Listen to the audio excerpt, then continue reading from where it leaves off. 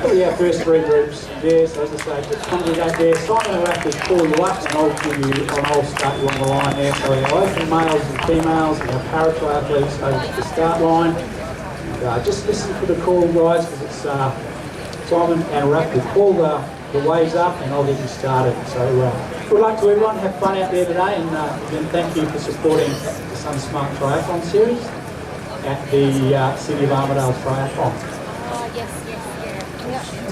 Thank you, David Budge. Our open competitors and under 19 competitors set to go here. Simon Beaumont, they're doing the final stages of their warm-up. We'll see Rhiannon Hepburn there from Break the Limits.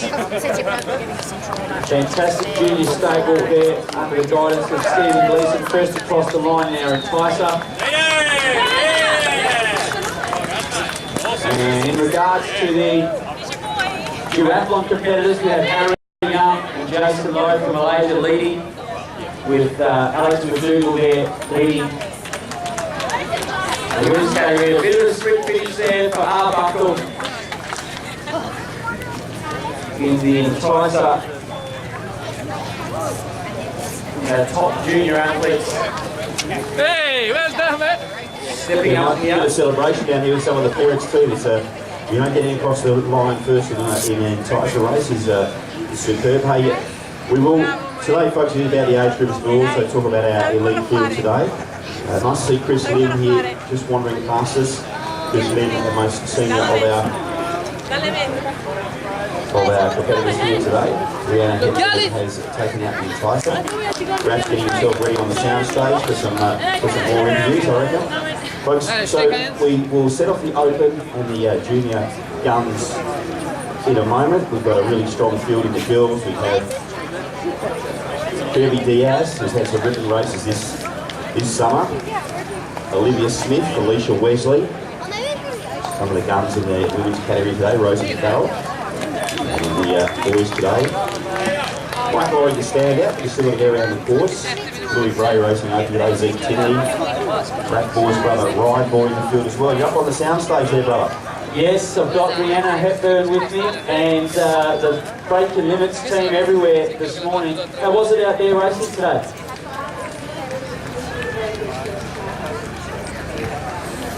Clean pair of heels for your opposition. Now, were you out in the hills, the little Break the Limits team, always darting off to the hills on a Saturday morning and doing your run off the bike down there at UWA? It looked like maybe a bit of a change from that yesterday with a little session down at Matilda Bay, a bit of a brick session, was it? So the Way Out West Triathlon coming up next here. We've got, is that the next focus for you coming into the National Junior Series? Is that the race that's on the agenda next?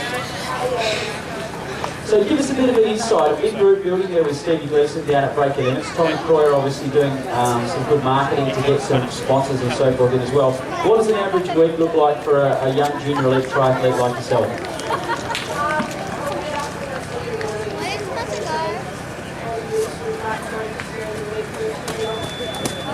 That's a nice simple summary. Just do what you need to do, and obviously your form's progressing really well. How did you get started in the sport of triathlon?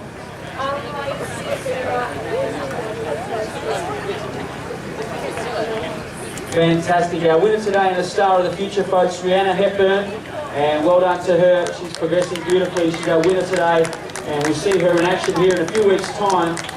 We have the Way Out West, part of the National Junior Series. The team at TriWA organising that event, and it will bring together all the best athletes from around Australia. Last year it was a privilege to call the event. Matt Hauser was the winner that day, and later in the year he went on to win the Australian Junior Championship, the World Junior Championship for Australia, Simon Beaumont, and since then he's qualified for the Commonwealth Games. So stars of the future born right here in Champion Lakes, and Rhiannon Hepburn, one to watch for the future, mate. Yeah, well done, mate. Well, nice chat up on the sound stage there. Just a reminder to all the athletes, we don't really want you going in the water over the reeds, okay? Go down and enter where everyone else is. If you can hear me, don't go in the water over the reeds because that is the swim course, right? So walk down the path, it's not far. Walk down the path, go into the proper entry place of the water, thank you, so we can get everyone behind that green start line. Thanks, guys, appreciate that. Different swim course today, I know it's a different format for everybody, but walk down the path if you will, go into the water in a certain spot. We'll call the waves up, and then we'll bring you into the water and get you onto the start line. So our lead field not far away. You can see our water guys out there in preparation. Good field, Raph. Ones to watch today, Mike Laurie obviously standout. Kirby Diaz in the girls today, watch out for her, I reckon. We might play $20, I put her 20 on her at the TAB today. But you've got some mail on Liv Smith. You like Liv Smith today, don't you? Yeah, she's just got such a pleasant nature, but she was expressing a fair bit of drive at training this week. Just looking to really try to step up and secure a victory in the open category today. So we wish them well. So such a gentle spirit, but very passionate about getting the result. So she was a bit nervous there earlier, but expected big kicks to Liv today. In starters' hands, Raph. You can see how Budgie's got the claps in the air, so in starters' hands, they are away. So best triathletes in WA make a start, Raph. They are away down there. And they will soon now make a right-hand turn. This is why we want you to enter the water in a certain spot. You get to see the swimmer's side on here, Raph. Yeah, looking fantastic, aren't they, Simon? We get a close-up look at some of the best multi-sport swimmers here in WA. And as you can see, we've also incorporated some of our under-19 boys who are just in the early stages of their journey at the back. We wish them well as well. But Louis Bray goes. So Louis Bray, who's the gun swimmer from Busselton, the surf club from the famous Bray family. Look at Louis, just he's at the head at top of that arrowhead there, that beautiful long stroke of Louis Bray. Mike Laurie just tucking in on the right-hand side, but Louis Bray looks fantastic, doesn't he? He loves this, but in front of the spectators, the big fella. He's got the big Ian Thorpe mix. He gets a hold of a fair bit more water than the other boys with those big hands of his, and a laconic four beat. He never goes quicker than a 4-beat kick. He doesn't want to look like he's trying too hard, the boy from Busselton. He likes to stay measured and within himself. As we see our female open and female junior competitors often racing. Perhaps the pick of the racing today will be coming from this category, as we see Liv Smith closest to us, a nice little 10-beat kick for her. Olivia, so folks, if you're on the back, that is Olivia Smith in the lead of the women's race today. Raph likes what he's seen in training this week from Liv Smith. She stated a big intent to go well today. Kirby Diaz will be throwing those arms around in there as well. That's Alicia Wesley on, I reckon, on Liv Smith's right-hand side. So if you watch them go down, folks, that is Olivia Smith out in front and Alicia Wesley right on her hip. And they'll be duking out. They know each other pretty well, those two.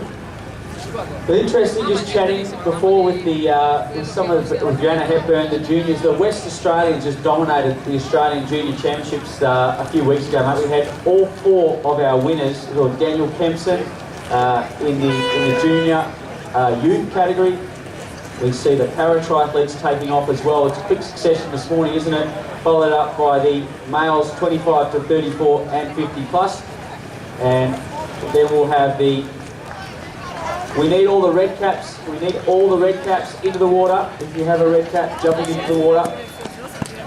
And then Lukey Bate, winning the junior man. We had Taylor Croyer winning the youth women, and then also up in the open female category, strength through all the different categories at the junior level from the West Australian coaches. Well done to Stewie Durham, Steve Gleeson, all the coaches, Peter Robertson, of course, with Luke Bate, doing such a great job with those junior stars.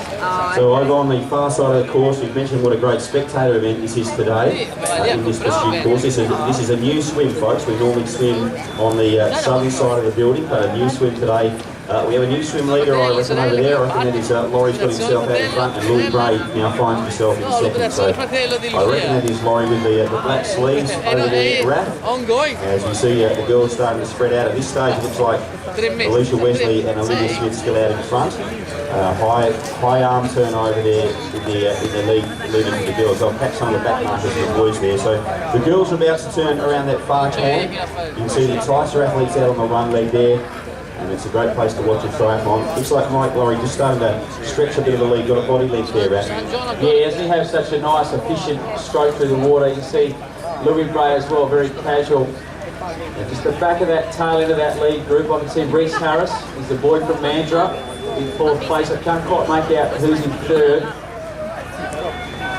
There's 2 distinct packs in the men and the women. Really, it looks to me as though Liv Smith out in front is trying to steal a march here. She knows how strong Kirby Diaz is on that run, and she's trying to get herself some distance on the swim to potentially capitalise on her bike strength. So as we see our red caps, we now call our green caps up to the start line. And as we see Men 25 to 34 and 50 plus underway. Awesome sight, so close to shore to see this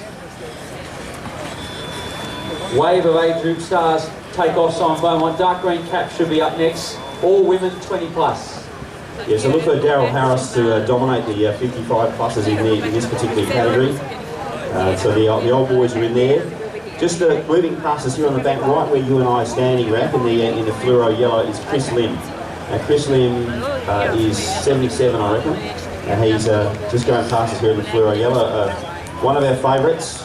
Doesn't like the swim. The swim freaks him out. He's done a heap of triathlons. Done something like 25 halves down at Bufferton, but he's never liked the swim, which is testament to his strength and resilience, I reckon. But Chris Lim is making his way through the 750 metre course now. If you look down towards what we call the flag, loosely called the flagpole end here, the regatta end, you can see Laurie out in front. But I think Louis Bray's trying to go with him. I just there's someone who's swimming like a clubby over there, mate. Your body's out of the water and you're sitting in third. I don't know whether that might be Louis Bray now. I've lost track of that, but Mike Laurie will make his turn. For those who don't know, Rap's got his running splits for you over 5k. But this guy narrowly missed out on competing for Canada at the last Olympic Games. He grew up in Perth and he's an absolute standout today. He's an out-and-out favourite and he finds himself in the lead as he makes the run to transition one. Yeah, he's been so dominant, hasn't he, Simon, the first two rounds of this series, just running away from the opposition. He won the state 5,000 metre championship in a time of 14 minutes and 14 seconds this year, the West Australian title. He went and raced the Nationals this week. He raced actually just 2 days ago on the Gold Coast. He was racing in the National 5,000 metre running championship. Back here today to showcase his abilities in front of us here. I imagine he'll be a class ahead of this field today. The interesting one for mine will be the race between the other athletes for second and third, which I think will go down to the wire. We've got Louis Bray and Reese Harris, some of these, Aaron Horton, some of these really strong swim bikers. Then the more experienced campaigners like Jason Reiner and Ryan Bohr trying to work their way up into the group through the latter stages with their strength and endurance. So an interesting contrast to see what happens in the minor placings. Right on to all the Tyrossa athletes who may have finished their first triathlon today. We can see this green wave about to head off, Raf. Looks like it's working fairly well down there. People getting themselves into water in the right order. We see our lead females approaching that final can over there to make their run to transition one for Olivia Smith and Alicia Wesley to be around about the mark. So folks, on the with the pro ranks of the pursuit, they transition in the area and they come out behind the building as they did the entire race. So we'll try and keep an eye on that for you. The run, very spectacular here, Raph. He's a great spectator, of course, for the running league today. Oh, 100%. It's just so interesting just to watch the race unfold. It really allows the athletes to get that strong rhythm down that back stretch, and then the athletes, of course, keeping an eye on each other.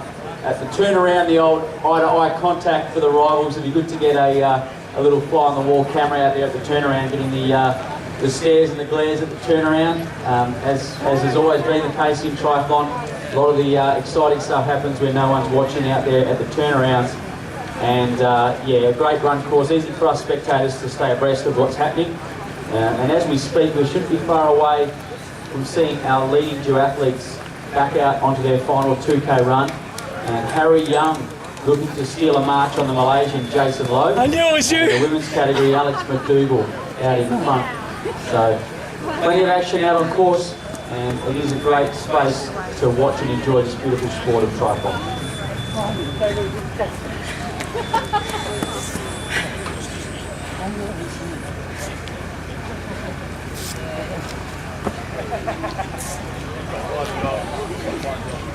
Come on, Mom!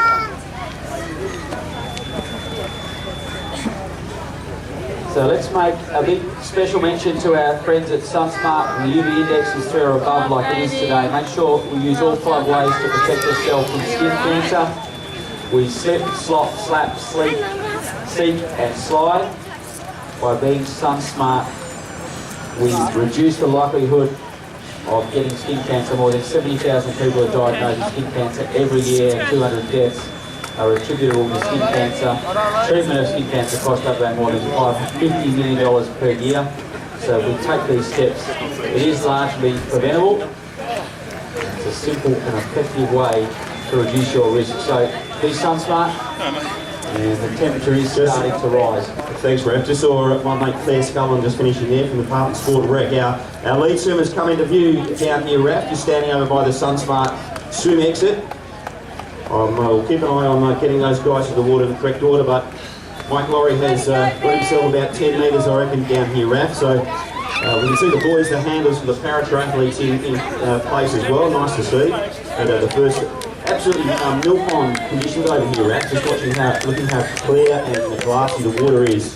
And these guys are about to stand up for the first time. So you'll be able to see them, folks, as they come out on the exit of Transition 1. Mike Laurie stands up now, Raf. He runs under the SunSmart banner. He looks over his left-hand shoulder, but he does have company. In fact, it's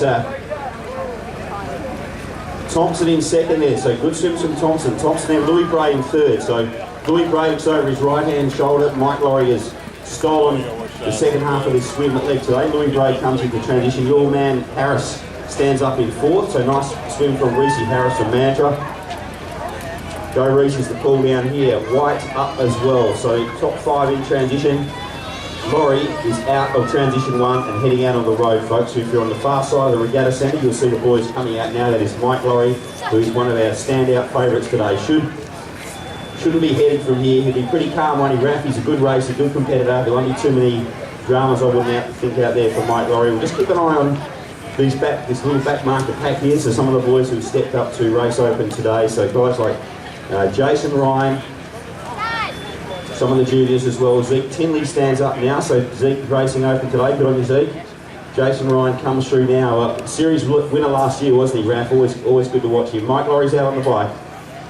Yeah, so I think Mike Laurie may well find himself getting some company on the bike leg, but his run is just so dominant. He's got so much room to move in terms of probably being a minute and a half faster than all these other competitors over the 5K run distance. Just so quick at 14:14 for 5,000. Such a strong runner. So let's see who's looking like they're going to be first in the women's category. Is Liv Smith now to get a mark from the opposition?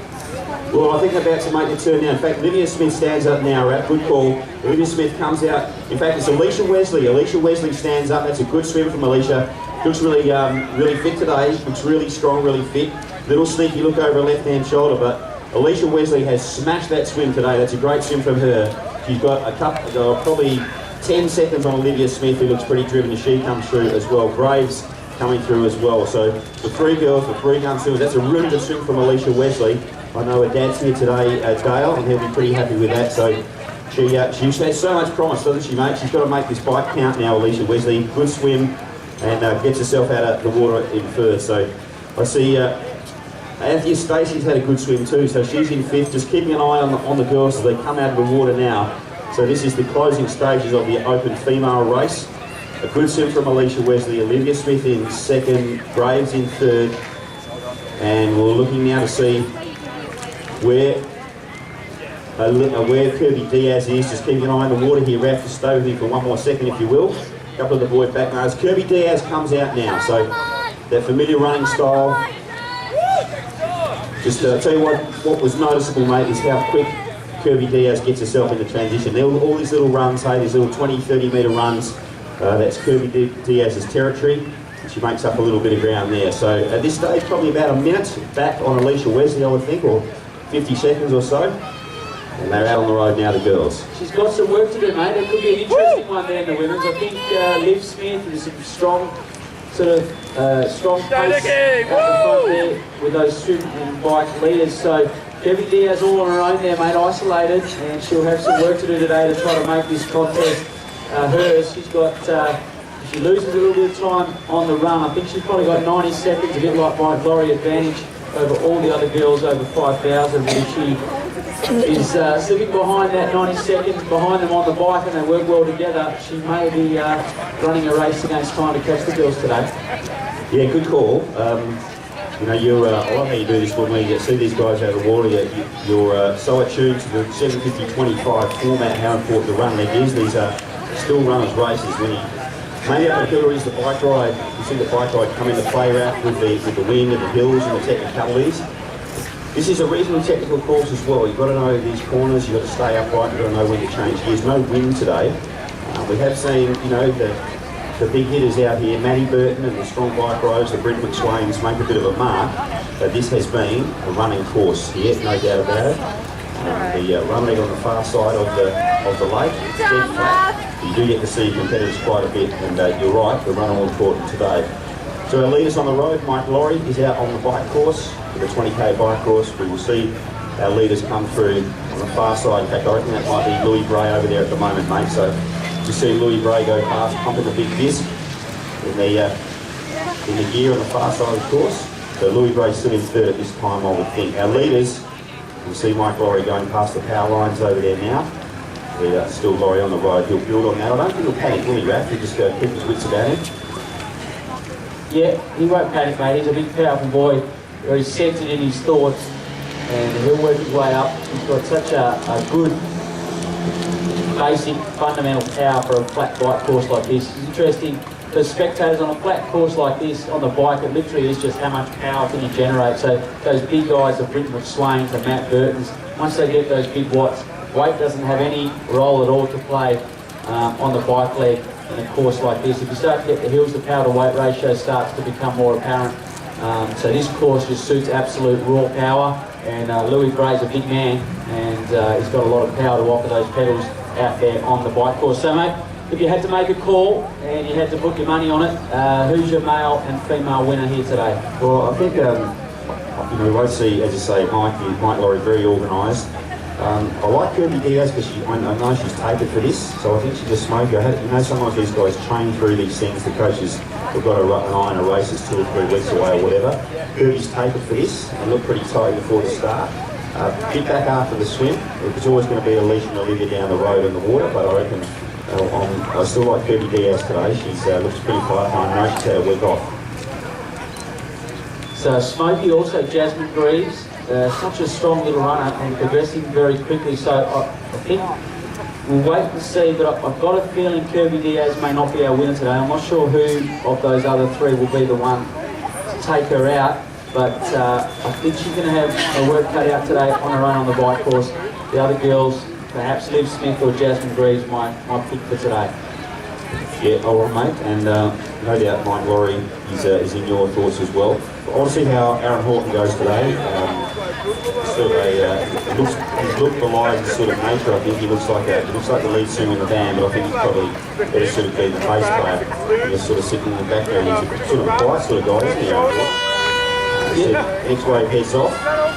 But he's honestly see how he goes today. Yep. On this course, mate, we all get to watch people's strengths and shortcomings, right? Yeah, 100%. It's really exposed, isn't it? The different biases that they have developed and the different strengths and weaknesses they have got. He does seem very confident, almost socially confident. He's not one of those triathletes who's coming in, probably like myself, and a couple of my mates growing up, a little bit socially awkward. You know, you get into individual sports partly by necessity because you write checks on the football field, your body can't cash. Aaron Horton looks like he could have taken a bump and given one too out there on the football field. He looks well centred, looks well balanced, and he's obviously made the choice to go into triathlon. And I agree. I think he looks like quite a mature young man, weight for age, and he's progressing beautifully under the tutelage there of Stuart Durham. And I think one to watch. For me, he may never. He'll be very good at the ITU level, but I don't think he'll ever be a world beater. I think he looks like longer term he'll be very successful in the sprint, but his best potential will be in that half Ironman type distance in the long term. I think his run may never quite get to that really high speed of a Mike Laurie or the ITU guys, but he'll be close enough that if he goes longer, it looks to me like his personality will be well suited to the longer days. Yeah, no doubt, and you'd like him because his favourite workout is the hard running session on Tuesday night, so that's music to your ears. I don't think you'll ever hear Louis Bray saying that. Louis Bray, he'd like a 6 kilometre set on Thursday morning, you know, 10 400 and something like that. That would suit Louis. You never hear him say my favourite run session is intervals on Tuesday, that's for sure. No, he came down to one running session with us, Louis, and as you heard, I asked him when he was coming back, and there was a non-committal response. He lives the balanced lifestyle, does Louis Bray, but geez, he does run well when he's moving well. Like a lot of the guys from those country areas have the good fundamental movement skills across all the sports. They they've grown up free range, doing a lot of stuff, mucking around with their mates out in wide open spaces, and you get the feeling that if he really put his head down, he could run quick enough. He's a good athlete all round. It's just the training that needs to be added. Just keep an eye on the far side of the course. The lead females are making their way in front of us now. This is a great course to watch. Yeah, so you see the girls going past now. So the girls in 3 or 4, I reckon. Yeah, a lot of the juniors still racing with the conventional bars on this particular course. A lot of the boys are riding discs and down on the aero bars. I just reckon we've seen our lead females just making their way on the far side of the course now. It's a great spectator vantage point. We see our pink wave going down there, Raph. You've got an eye on the wave starts down there, so just about to send off our final couple of swimmers. It's all the Enticer guys who finished the triathlon for the first time. I'm Simon Beaumont. Raph Boys, my fellow MC and commentator today. On behalf of Raph and myself, well done on getting through your first triathlon. That is the case. Enjoy today. You need to get your number into the little box that's up on the stage with a presentation for the Enticer and the duathlon shortly, followed by presentation for the pursuit. Yeah, mate, our leaders in the duathlon cannot be far away, so we should be any moment seeing either Harry Young or Jason Lowe, our leaders there, and of course our last wave, the teams and the mates wave with the pink caps, about 4 minutes away now from the start of their swim leg. So everyone with a pink cap, we should be at the start line ready to roll. And they're not far away, the final warm-ups. It's a sound stage, mate. You're looking pretty comfortable up there. You like it. Keep gravitating, waiting for your next interview. You like it, I think. Yeah, well, I'm not a fan of standing up when I can sit down. It's that energy conservation instinct of a man who's just about to turn 40. So the danger is when you get to 50, like my dad taught me so well, you start falling asleep as soon as you sit down on the couch. So at 40 you look for the couch, at 50 you look to fall asleep on the couch, and 60 I haven't got enough of a database to know what that does. But anyway, it's a nice spot. I'd like to have a chat to you about it. I'll get you his phone number. I'd like to have a chat to you about you. Now, we should talk about Ryan Moore. He's turned up today. He's not registered, but he's going open, which is a good dukes. Him and Jason Ryan duking out. They had a good race, rocking out, didn't they, Ryan Moore and Jason Ryan? So, what sort of shape's he in? What will we see from the Bomb guy today? Yeah, so I think both those guys are young fathers. Both Jason's only got one. If there's a handicap, it should be in favour of my brother. He's got 3 kids. Jason's got 1. But I think both of them fitting in that triathlon lifestyle and a busy family life. And I think the good thing is both of them think they can beat the other one. And it's one of those great contests where I don't think either of them thinks the other one's better, but you and I get to stir the pot a bit and create our own biases. But they're both such fit guys, consistent, methodical type personalities. And you see the age groupers who started so late in the sport, how far they both progressed. I mean, my brother, for instance, he never did any running, cycling or swimming as a kid. He did an 850 Ironman 3 years after starting in the sport. Not many people do that. And of course, Jason Ryan went from being an age grouper there with Exceed Tri Club to winning the series for us here at the SunSmart Tri Series. So I think it plays into the benefits of being a more methodical type personality. My brother was the same with golf. He started playing golf. He got to a 2 handicap. He's got that sort of brain where his attention to detail is his strong point. I think Jason Ryan's very similar. Both of the managers at work, they've got that sort of ability to oversee things, and it's progressed really well in triathlon. Yeah, it should be a good duke out today between those two. I like your call about young Graves in the women's race today. Looking forward to seeing her. We'll see the boys come past for that too in just a moment. We'll see the lead motorcycle come past. If you haven't seen a triathlon before out at Champion Lakes, it's a great place to be, right? The sun's come out. You can see the swimmers, the cyclists and the runners who side on. It's a great spectator course. Go and support the local Mariners here, the local rowing club owned by Sausage in a Bun for the boys over there. We're about to see our 2 athletes finish. We've got Enticer athletes finishing. Caddies have run and done their thing. Got some sunscreen over here, folks, if you need it. So thanks to SunSmart, bring the sunscreen. Slip, slop, slap, see some shade, slide on some sunnies. UV pretty high today. Most triathletes and families know about sun protection. Come on, Lindsay! Come on, Lindsay! So, So Lindsay's the call. Well done, Linz. Lindsay's home. Got a few fans. Far side of the course, folks, you see our men's leaders go through. That is Louis Gray with the black disc wheel. He is doing some damage out there today. Mike Laurie stood out in the lead. Louis Gray goes past. And he is chomping through the 20k. So Jason Ryan on the move on the far side of the course over there on the orange bike. So experienced, good cyclist, good runner, Jason Ryan. And he is moving up on Louis Gray in the light. So we can see our leaders in the duathlon as well, Simon Beaumont as well as one of our finishers here in the pursuit category getting plenty of support. We can see Jason Lowe. I haven't been able to make sight of Harry Young as yet, who was with Jason earlier, so I'm assuming that Jason may well be our leader who's visiting us from Malaysia, Jason Lowe. And Jason was third last year in Powerman Malaysia, the Asian Championships. He's visiting us doing a 10-day training camp. Simon here, he was down with us in Dunsborough last week. He ran 10 kilometres in 34:40. He pushes out about 300 watts at his threshold, so he's very strong, one of the top Asian half Ironman and Powerman competitors. A lovely young man, very humble, and I think he is going to take the victory in the duathlon. So you turn your attention to the bridge in about a minute's time, folks. You'll see Jason Lowe zooming over the bridge into view. And unless Harry Young has stolen a march, he looks to be our winner in the duathlon. So, Jason, welcome to Perth. When Jason was down training you down south, did you take him to a winery? Did you show him the RAF4 electrolyte replacement program? The electrolyte replacement program for RAF4 was deferred till next week, where Paul Mackay, Kieran O'Kane, Simon Wheeler, a bit of an old school reunion with electrolyte replacement as the theme starts next Friday down in Dunsborough. And there's a run in the morning, a winery at lunch, and then a barbecue at night for 3 nights consecutively. And that will be a lot of fun next weekend. There's some big names there. Simon Wheeler, wow. Watch out for him. The mates wave in the water, this is our final wave. We'll bring them out shortly. Just I think the bit of a swimmer's course today, Raph. Bit of a swimmer's course. It looks flat, but the fresh water, right? So you don't get the buoyancy of the salt water. That helps the stronger swimmers. And we saw Alicia Wesley, and we have a winner in the duathlon.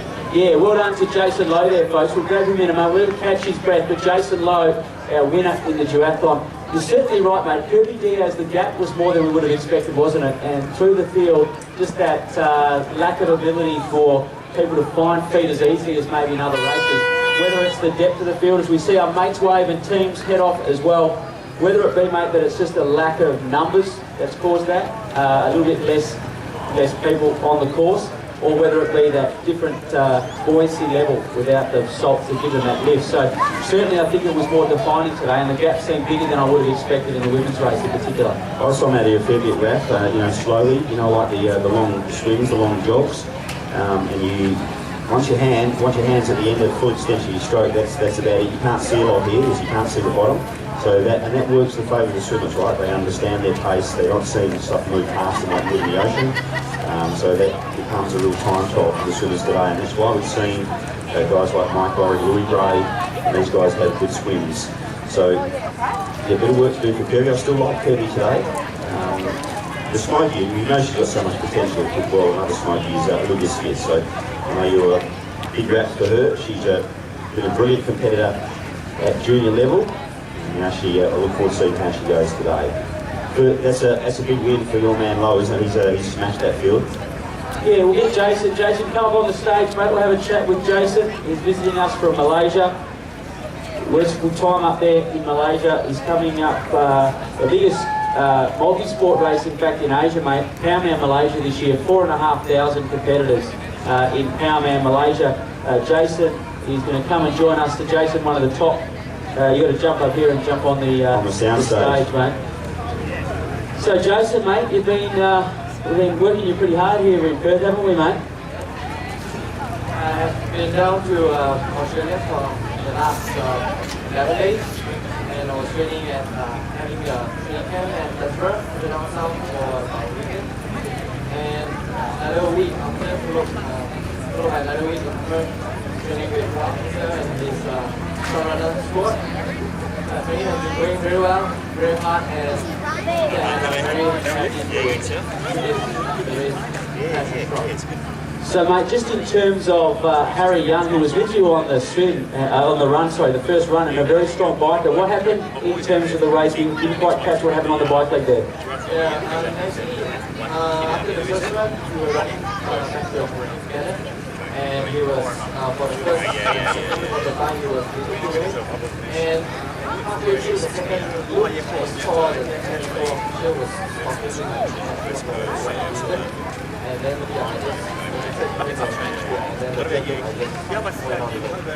Fantastic, mate. So Powerman Malaysia, 4,500 competitors coming up. Of course, Thomas Bruin's a West Australian guy, two-time winner of that event. With Alex McDougall, your training partner, going there as well. For those who aren't aware, tell us a little bit about Powerman Triathlon up in Malaysia. Powerman Malaysia is considered as the world's biggest triathlon country. And Powerman Malaysia is also the Asian duathlon championship as well. So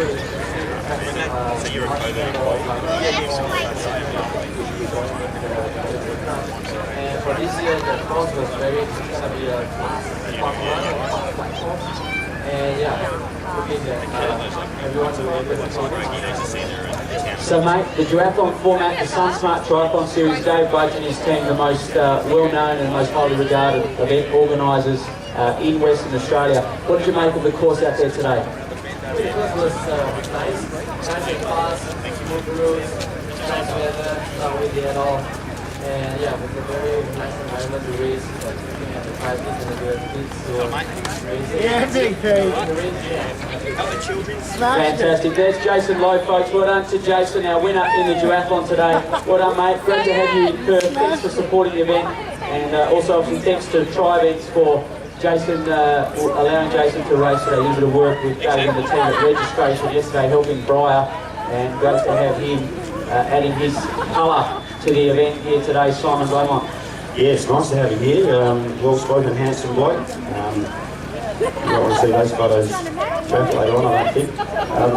Mate, Joshy Brown, about to finish. He's only 17, he's going to finish second in the duathlon. Just see him coming up on the bridge now.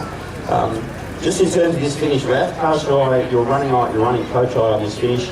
Little tiny upgrade. Nice, strong finish for the year. We've seen a lot of sprint finishes already here. This is a good little downhill grade for our finishers. Joshy Brown's going to enjoy this, the 17-year-old. He's about to finish now. But a good spectator finish and a good finish for all the athletes once they get over that bridge today. Second place in the duathlon, about to hit the line here. On the far side of the course, we can see probably I reckon about 10th place in the boys over there. And you can see even there's a little downhill over there, isn't there, too, Raf? You can even see the big strong guys moving away, making out inroads and ground here. This is Josh Brown finishing second in our duathlon here at the City of Armadale duathlon. Just like his dad, a great duathlete. I think his dad might have been third or fourth one year in the state duathlon championships. He'll probably tell us at Technology Park in the Tech Park duathlon. Forgotten that one. There's Paddingale. It was a very good course, that. Yeah, it was, yeah. Technology Park. I reckon one year mate we raced in Bold Park.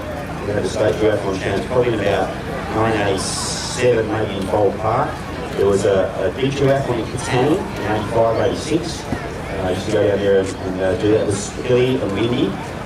But this has been the home of duathlons, hasn't it? We see Tommy Brewing racing beautifully here, and Ali Kerr. How big was Ali Kerr this winter? Haven't seen him since. I saw him on Valentine's Day taking a girl out to a restaurant called Rhea in Leederville. Yeah, he was doing his thing there off the track, but recovering from a bad crash at Ironman Busselton. As we see Alex McDougall, third last year in the Asian Powerman Championships. Very strong athlete, Simon Beaumont, and not a swimmer, but duathlon terms. Similar progress to those sort of athletes we talked about, like Rosie Farrell. She's now running under 20 minutes for 5K, under 41 for 10. Very powerful bike rider, 37 odd k's an hour for 40k. So Alex McDougall, our winner there, she's off like Jason to race Powerman Malaysia. Yeah, well done, so well done to you, Raf. Nice data there. She has time trial that, or in fact, there's been time trial for all the duathletes today. So that's way the sport was invented originally, wasn't it? We see these guys carrying through on their own. Well done, Alex. Not far away from seeing our leaders come off the bike here at RAF. They, for the spectators in attendance, they make transition to and they head out and they go straight onto the run course over the little bridge. So it's a spectacular start to the run here, not far away. Yeah, exciting times. Interesting just to see the one thing, Liv Smith, the one that could maybe get a march on the bike, as we see Ryan Ball zooming with that disc wheel into the corner, and you see his orange kit of Met's Triathlon, and then further ahead of him some of our other open competitors. But the pace looks very strong on the bike, doesn't it, mate? They're moving at a rate of knots out there on the bike course today. Probably about 27.5 to 28 minutes. We would expect our lead riders up around 43.5 k's an hour on a course like this with these conditions. So we expect to see our leaders come through very shortly now. And a few more of our duathletes making their way towards us at the finish line now. In a moment we'll get Alex McDougall to come and have a chat with us at the yet unnamed interview area. We'll chat with her. We're looking for a sponsor of the interview area, aren't we, Simon, to get the whole concept up and running. The hot box, the interview station here. We'll talk about everything about to unfold and everything that has unfolded here in the SunSmart Triathlon series.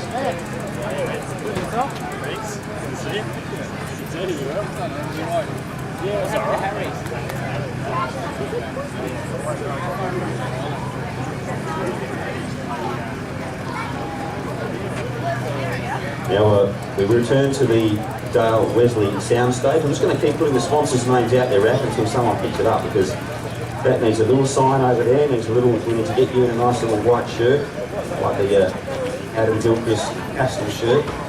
You're over there with our duathlon winner, mate.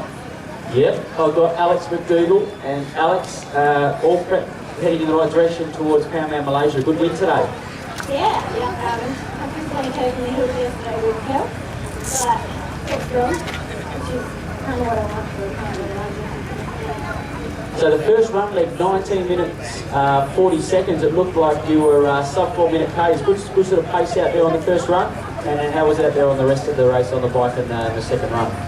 Yeah, first run, so pretty strong. Just kind of eased into it, I guess. And before felt fine. So, back leg felt good. There's wind conditions out there today, so that helped. Second run, I just kind of went for it. Fantastic. So this venue is so good for triathlon and duathlon. The course itself, obviously you said not many people out there today, but super fast. Isn't it such a user-friendly course for this sort of purpose? Yeah, great course. My favorite course. Fantastic. Our duathlon winner, Alex McDougall, folks. Well done to Alex. Great effort from her. And as Simon mentioned, we've got our leaders in the triathlon category not far away. We wish you good luck, Alex, at Armadale, Malaysia in a few weeks' time. We wish you well for that, and well done today. Well done, Alex. So Simon, we're about 3 or 4 minutes away from seeing our bike leader. Looks like it will be Mike Laurie with some company. Well, you'd think so, wouldn't you? So we've got all eyes on the red stuff, folks, on the red road. Thanks, Alex. Well done, Raph. Good to listen to that, mate. Excellent work. The duathletes continue to come in. Our lead females will be on the far side of the lane just a moment, Raph, but we will see our leaders off the bike soon. So That's why they don't get the microphone off. I just had a request from Mikey G. It's all easy until you have to do it. Mikey G, the super coach, wants a little bit more detail on Ali Care's Valentine's Day and beyond. If you can find that out for us, that's what we need to hear, right? Because he's not here. He's not here. Well, what happened was I was expecting Valentine's Day would be crowded in Leaderville, and I didn't think Rhea would have spare tables. I never make a reservation. I walked in there and got a table, and then lo and behold, 5 minutes later, Alistair Caird entered. I don't know him well enough to ask to be introduced to the person he was there with, but he definitely had company. And he went to a quiet back part of the restaurant. It was a girl? Yes, it was a girl, yeah. And he went to a quiet back part of the restaurant. and it was darkly lit. Mood lighting was on. I'm assuming Valentine's Day and mood lighting that his agenda was informative. Yeah, it was all about romance. Thank you, mate. Good update. Everyone enjoyed that. Posse reckons he'll be down at Curry Valley. So I look forward to seeing them down there. As I say, had a pretty good spill day. Really serious one. Never like seeing blokes triathletes you like being posting stuff on Facebook out from the hospital there.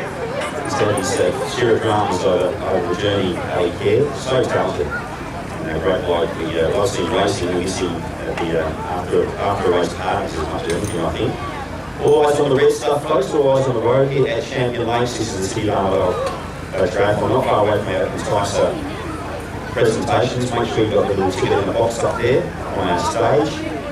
You'll see our race leaders in the men's race with us very soon. I know, my long eyesight's pretty good. My reading eyesight's not too good. I reckon we'll see our race leaders pretty soon. Yeah, here's Mike Laurie coming in now, mate. I think this is him as we speak. So Mikey Laurie, he's managed to hold a little bit of a margin over the field. You can see looking over his shoulder, having a little look around. So this is our race leader, well called out. Let's bring him in, folks. Mikey Laurie, superstar of the first two races. Just as we expected, no dramas there, no mechanicals, no going the wrong way, just what we thought would happen. He's going beautifully. Just one of those rare days where it's almost, with all due respect to the competition, a little bit of an exhibition here for Mike Laurie, a chance for him to have one of those days that doesn't happen very often, even for an athlete of his calibre, where it is just a little bit of a class above our opposition here today, in fairness to them, as we see in second place off the bike, the young athlete from UWA, was it Campbell? Thompson, yeah, going very well. A great bike ride. Great swim, great bike ride. You'd be well pleased with that. So first and second in transition. Great transition from Mike Laurie. That is a ripper. I like the hat too. I like the orange and white hat. It's looking $1 million. New leader out on the bike today too, so no Mark Laurie out on the lead cycle, and he heads out onto the run leg now. He looks fantastic. He's got the yellow men's open number on the back. How's he looking, Raph? Looks fantastic, doesn't he? He ran a 5,000 in under 15 minutes just the other day, so he'll have no problems today. Kieran Wally, great job from him crossing the line in the triathlon. Yeah, just such an efficient mover, such a low metabolic cost for the effort. The pace is a lot quicker than what it looks, and it's always a good sign for a runner. Second place, heading up onto the bridge now. Nick Thompson heads out now, looks fantastic, number 40, strongly built, low centre of gravity, plenty of muscle there, plenty of power there. You're the running coach, mate. He's in second. He's working hard to get out of sight of the boys, isn't he? Yeah, and look, he runs beautifully, but he's a bit of the opposite to Mike Laurie, where he has got a lot of muscle, so he actually is probably running not quite as quick as he looks. So the bigger, stronger guys, sometimes they look like they're working more because there's more mechanical effort to get their speed, whereas Mike Laurie is so elastic, and the tendons and the fascia don't require a great deal of energy to second out of the water, Raph. Second out of the water, Tomo, and he's had a blinder, and that's daylight. You see Louis Bray coming in now with Jason Ryan. So good bike ride from Jason Ryan. So that's daylight first, second out there. And if you look on the far side of the lake now, the great thing about this course, look at Mike Laurie go from the side on, folks. He's approaching the 500 metre mark. Look at that. That is superb. That's why he runs under 15 minutes for 5K. Have a look at him go, folks. Best triathlete this summer in Western Australia. He goes past the yellow and black sign if you see him over there. Have a look at him go. What about that, Raph? Yeah, fantastic, isn't it? And a real chance for us just to appreciate the hard work he's done over the many years to get to this level. He's really in great shape this year. I'm looking forward to seeing how he goes when he steps up to that ITU level. And here they go, mate. We've got a big group of young guns firing out of transition. I can see Reese Harris is amongst them. I can also see Big Tinley's there. Look at Jason Ryan. I love watching Jason Ryan run. Series winner from last year, number 18. Reese Harris, Louis Bray, and Louis in right where he wants to be. We see our second place over on the front side of the lake going past the yellow and black sign. It's about the 500 metre mark, Raph, and that is Tomo, just Nick Thompson, just going past there. Looks all right, hey, leaning forward. But as you say, moving around a bit more than Laurie, but he will. What he'll want to do there is get himself into a rhythm ahead of this chase back, right? Yeah, correct. You want to hold off that chase back. We see Aaron Horton next through out onto the run leg. So Aaron Horton out as well. Yeah, he just want to try to keep his composure, keep that gap. It looks pretty comfortable. He's had a lot of great work already in the bank on the swim and the bike, so you should have enough of a gap there to hold off the chase group, where the racing will really be on in earnest with this chase group. Really impressive swim bike from Nick Thompson, really impressive. I know some of his family are around here. I might try and find out a little bit more of him. Young bloke, I reckon. Best triathlete in Western Australia, one of the best in the Commonwealth out racing over there today. As we see the two, third and fourth, Jason Ryan in fifth there. Look at Jason Ryan in the white there. Mate, he looks so good, doesn't he? Just getting a bit of a gap there on our mate Louis Bray. This is a great race to watch and decide on. Tell us what your running coach I can see over there. Yeah, well, look, you can just see how little effort Jason Ryan's putting in compared to the two younger guys ahead of him. I think just with his strength, he'll just ease over the top of those guys around the third or fourth K. And then you can see the younger guys working very hard. Young Reese Harris is just behind Jason, working that little bit harder, not quite as efficient, distributing their effort just yet. So Aaron Horton perhaps is the one who's moving slightly quicker. He may well be looking to work his way up as high as fourth there. So that's Aaron Horton just going past the yellow and black there now, isn't it? So with the jerseys. But he looks good out in front there, mate. He's not holding back. So 5K run for these guys. Jason Ryan making a move now and about to move into third spot, I reckon. Sorry, fourth spot.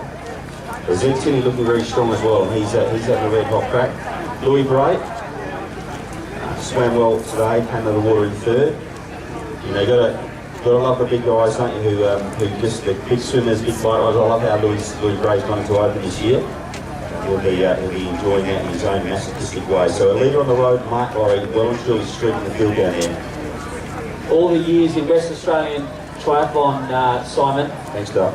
The number one at that swim bike combination, or mainly just a bike combination. Remember big Tim Roberts at his best. Matt Goose like a motorbike. All right, the girls are coming out. Alicia Wesley is coming out with Liv Smith, I reckon. So 1 and 2 out on the road here, Ralph. This is a really good close race today. See Dale Wesley shouting instructions and encouragement. So Alicia Wesley should be well pleased with that. Good swim today. Good bike ride. Olivia Smith is in second. Olivia Smith is pouncing already, mate, as she goes up the hill. Where is Kirby Diaz? Has she done enough on the bike? Alicia Wesley goes onto the bridge first. Olivia Smith looks really smooth. Mate, I've got the clock started. It's at 25 seconds at this stage. The advantage, I think 90 seconds is the magic number for Liv Smith. I think Alicia Wesley will probably need 2 minutes, but I think if we get 90 seconds, Liv Smith may well be able to. It's a shame we didn't get her up on the magic stage to make the premonition herself, but if she gets 90 seconds, I think Kirby Diaz may be out of luck today, so we'll see how it unfolds. Waiting to see our star female athlete on the run, Kirby Diaz, heading out, and the gap as we speak is up at 1 minute. As we see, Jasmine Greaves is a 1 minute deficit to our leaders, so well done Jasmine, a strong runner. She may well present another subplot in this women's race, a very strong runner, and she's a minute down on our leaders and still waiting to see Kirby Diaz. And here she is now, Simon. The gap is going to be almost exactly 90 seconds. I think Jasmine Greaves, the second best runner in the field, Liv Smith the third, so it's going to be a great race, mate. It's going to come right down to the wire here in the women's elite race. Yeah, well called, mate. You were awesome at this, picking this early. The 5K run is everything. Anthea Stacey going up onto the bridge now. So Anthea, originally from Kalgoorlie, I reckon, and been a bit injured in the last couple of years. So racing well today. So traditionally she falls back on the bike a bit, Anth, but has had a good strong bike ride today. So you can see on the far side of the course, you can see our lead girls heading out there now, about to go past the yellow and black sign. And more layers than an onion, mate, this women's race. This is going to be very interesting. She looks fantastic, Anthea Stacey. I wouldn't rule her out either. She looks like she's running very, very strongly. And here goes Kirby now, mate. Sorry, Raph. Sorry, mate. Get Kirby up on the bridge. How's she looking? She's looking good, mate, but I honestly, Anthea Stacey really surprised me. She was moving well as well. She's a smoky. We hadn't really factored her into our calculations. I think the way this race is unfolding in the women's is just very, very interesting. Look at Olivia Smith go. And look at Liv Smith. She senses an opportunity today. She said to me during the week, in a little nervous, mouse-like fashion, I want to try to win this one. And she was aspirational, probably a little bit unsure of herself, but she's racing as if she believes it out there right now, isn't she, mate? Sure has. She's put 50 metres into Alicia Wesley in the first 500. So she looks brilliant. She looks absolutely brilliant today. So So talented, right? Olivia Smith. We know about her talent. We know she can swim. There's Jazzy Graves heading the yellow and black sign now from the side on. Looks nice and relaxed. Nice arm carriage there. So she's in third. She'll have Alicia Wesley in her sights. So the big runners, the big movers from behind, Anthea Stacey and Kirby Diaz. I'll get you to have a look, mate. You're the pro running coach, but you like Stacey at this point, mate? Yeah, she looks like she's really strong. She looks more like, tempo sort of half Ironman type strong, whereas you can see that slightly faster cadence there from Kirby Diaz. But I think unfortunately for Kirby Diaz, she's left herself too much work to do today. For mine at the moment, Liz Smith, I think has enough fitness, enough conditioning to take this one out. I think the challenge will be to hold off Kirby Diaz for the runners in a battle for the minor places. She may well work her way up to second or third, but today I think Liz Smith's done everything right in terms of matching her abilities and the demands of the course to give herself a chance to win her first open race. And she had a year off last year, just took stock. She's just really a lovely person. She's one of those athletes who doesn't seem to have that sort of ruthless killer instinct when you meet her. She just comes across as a very nice person.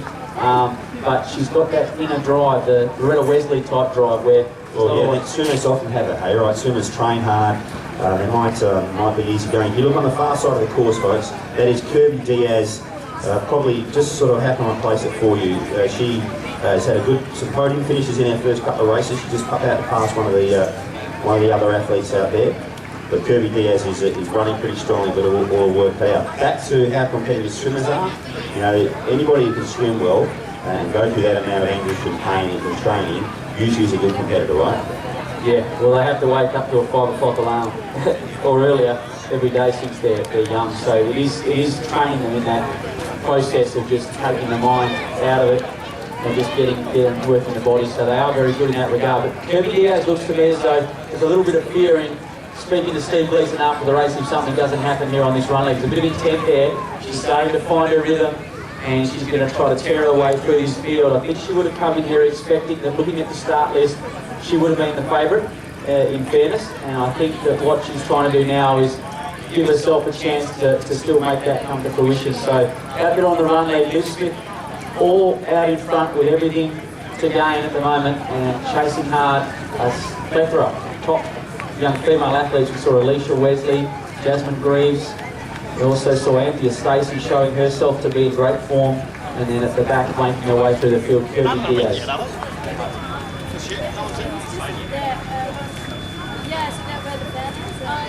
Folks, Ratford, who's the running expert here, is casting his eye over the field as we see the first of the age groupers heading out onto the run course now. One of the things Raph talked about earlier on was Mike Laurie raced the national 5,000 metres this week on Tuesday. He ran through 2Ks in 5.5 minutes, which was too fast, and then he blew up. So I'm going to ask Raph about that when he comes back to the microphone. How important is the second half of these 5K runs? Now, for most of us, we think that they're fast and they're enjoyable. It's all adrenaline. 7:50:25 is a very, very painful format, particularly if you're an endurance athlete, like Louis Gray is. Thanks, Stu. Get the results from Blue Chip timings today. But it's all the second half of the run, all important for these guys. The good runners build into the run. Someone's got a little bit of spectator running on this course, but between 1 and 4K is where the strong runners make their mark, particularly when they make the turn. So watch for how important to make a bit of a move. Jason Ryan to make a bit of a move. Jasmine Graves up there, Kirby Diaz up there, Anthea Stacey. Alicia Wesley's got to hang on. First of the age group is out onto the run course now. And plenty of juniors in here as well, so guys like Mike Laurie and Alicia Wesley come through our junior system at tri-event races. See our lead cycle making the way back to us here at the finish line.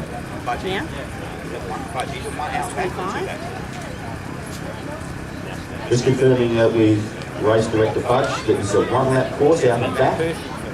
So we can see our leader now, folks. He's just built on his lead solidly. You can see him over there in the orange. We mentioned him before. We went really close to making the Canadian national team at the last Olympic Games. This guy is all class.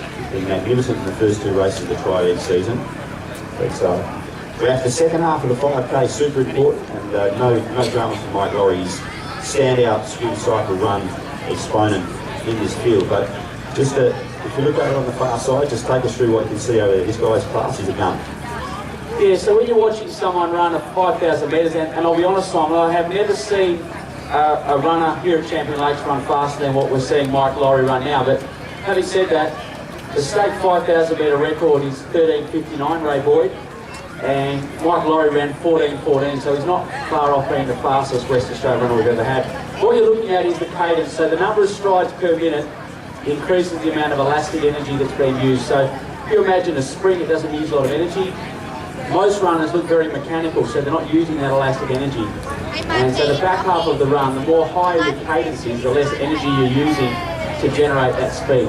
So what we're looking for is to get the foot landing underneath the hips, like Mike Laurie's doing. And when someone's foot lands under the hips, you'll see their heel come right up behind them. Most runners you'll see land a long way in front of their hips, so they don't have enough momentum carrying through their stride to really get propulsion. And then the other thing is just making sure you don't accumulate too much lactic acid. So if you get lactic acid in the body, the muscle reads that as a threat, and it just says, well, we need to slow down to get more oxygen. So trying to find that threshold point and not go over it is the challenge in terms of pacing. But Mike Laurie giving us a master class here today. I wouldn't be surprised if his split for his 5K off the bike was under 15 minutes. It's impressive running, and you can see he's running about 2:54 a K there.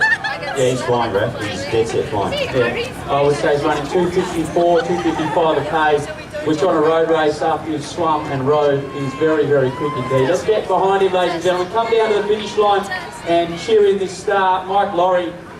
He's going to be our winner here at the City of Armadale Triathlon as part of the SunSmart Triathlon series. And you're seeing a masterclass today, aren't you, Simon Beaumont? Mate, amazing. First out of the water, held off on the bike. A good bike ride from Nick Thompson, who's in second. Bring him in, folks. Raph reckons this is the fastest 5K he's seen here at Champion Lakes. Our winner here, you bring him home, mate. What a run. Well, here he is, ladies and gentlemen, the West Australian 5,000 metre champion, the West Australian Sprint Triathlon champion, representing Canada, Mike Laurie. Awesome. How about that, folks? How about that? So good to watch him ride on. It was amazing. On the far side of the course, you can see second place there, and that is a ripper result for this young fella. He's held on beautifully. I like what we're seeing over there. Had an amazing swim, came out of the water in second, took Louis Gray in the water. We'll bring him in as well. We started the day talking, our first interview up on the David Buck soundstage was with Mike Laurie. He's had a massive win today, but we'll keep an eye on second. Just approaching the turn now, approaching the corner now. This is a fantastic race from Nick Thompson, from the young fella. He makes his turn now past the flagpoles. And they're up there with, that's a big win, big Canadian-Australian smile there, Raph. Yeah, that's the winner's smile. And Mike Laurie, we're trying to work out the last kilometre, my guess was you ran 2:54. Did you get the last K split? I think it was 2:58. I overestimated your abilities, mate, sorry. Yeah. My aim today was really fast run, and I think I did that, just going over 15 minutes, like that 15 cents, so I have to be stoked with that. Magnificent, mate. You really look like you found your rhythm late in that run day. You actually finished stronger than you started. Was there any fatigue left over from that national championship on Friday? There was a little bit of fatigue, but I just built into the race. It wasn't a that legal, and I could just, I didn't have to go out so hard in the start of the swim, so I could kind of build into my swim, then I go on the bike, I felt great, so I could build into that, and then Fantastic, mate. So what sort of training are you doing just to get up to that sort of leg speed for the run, just for those who are interested in improving their run speed? One of my key sets up to now, I did 5x800 on 400 drum recovery, and I was hitting out 206s for every one of them. And then I do like an 8K threshold every Thursday, and I do about 3 or 5 big 10Ks for that quite comfortably. Second place, Mike, coming through. Thank you, mate. We'll come back to you in just a second. Let's bring him in. It's a great race from this young bloke. Second out of the water. Great swim and a really good bike ride. Pushed up hard. Let's bring him home, folks. Nicky Thompson, nice work. Well done, Nicky, for the call. Good race, buddy. That is a fantastic race with number 40. Picks up second in the quality field race. Yeah, breakthrough performance. I think I can see his dad there. I saw a genetic link there. Very similar facial features and a smiling face on the side. Look at his dad. The young gunners, Mike Laurie goes to congratulate him, showing plenty of exciting potential for the future. And Mike, what do you make of a breakthrough from young Nick Thompson today? He looked fantastic, almost level peggies going into the run. He was a very strong swim bike combination and strong run as well. Yeah, it was very impressive. I mean, he stepped up today really well. He was right there in the swim, which was really good. I was wearing a ski suit, so I had a little bit of advantage. He still was right behind me, which was impressive. And then, you know, he was never too far on the bike too, and still a very fast run. So yeah, very impressive. Third place coming down the hill now, boys. So we'll just bring third place down. So Thompson in second. Third place hitting it at the line now. Aaron Horton, nice work from Aaron Horton, and we like this guy. We like how he gets around. So he picks up third today in a quality field. The running race today, wasn't it, Brad? Wasn't it, Mike? Great run, really good run. I think he would have been close to 16 minutes for that 5K off the bike. He's run through Jason Ryan. As you see, Zeke Tinley. Jason Ryan finishing now. What a race from Jason Ryan. That's a beauty. Tinley down that hill now. So well done to Jace. Fantastic in the bike short get gear day. Mike Laurie just he loves this. Sitting out there on the sound stage with Raf 4 and seeing the boys come through. Fast running today. Fast running. Mike, can I ask a quick one? What's next, mate? Next one is Louisville World Cup in 3 weeks. And then a mixed relay World Cup the weekend after on the Gold Coast. Yeah, so big events coming up. This is great preparation. It was great watching today. Raf caught it on the far side of the course. Great to see you running like that, mate. Well done today. We'll see you on the podium, mate. Thanks very much. Folks, round of applause for the great Mike Laurie. I think the best running we've seen here, Simon, in many years, and possibly the best we've ever seen in Western Australia. We see Reese Harris coming towards the line now, the boy from Mandurah. Reese, and that's a pretty tough, brutal old run out there.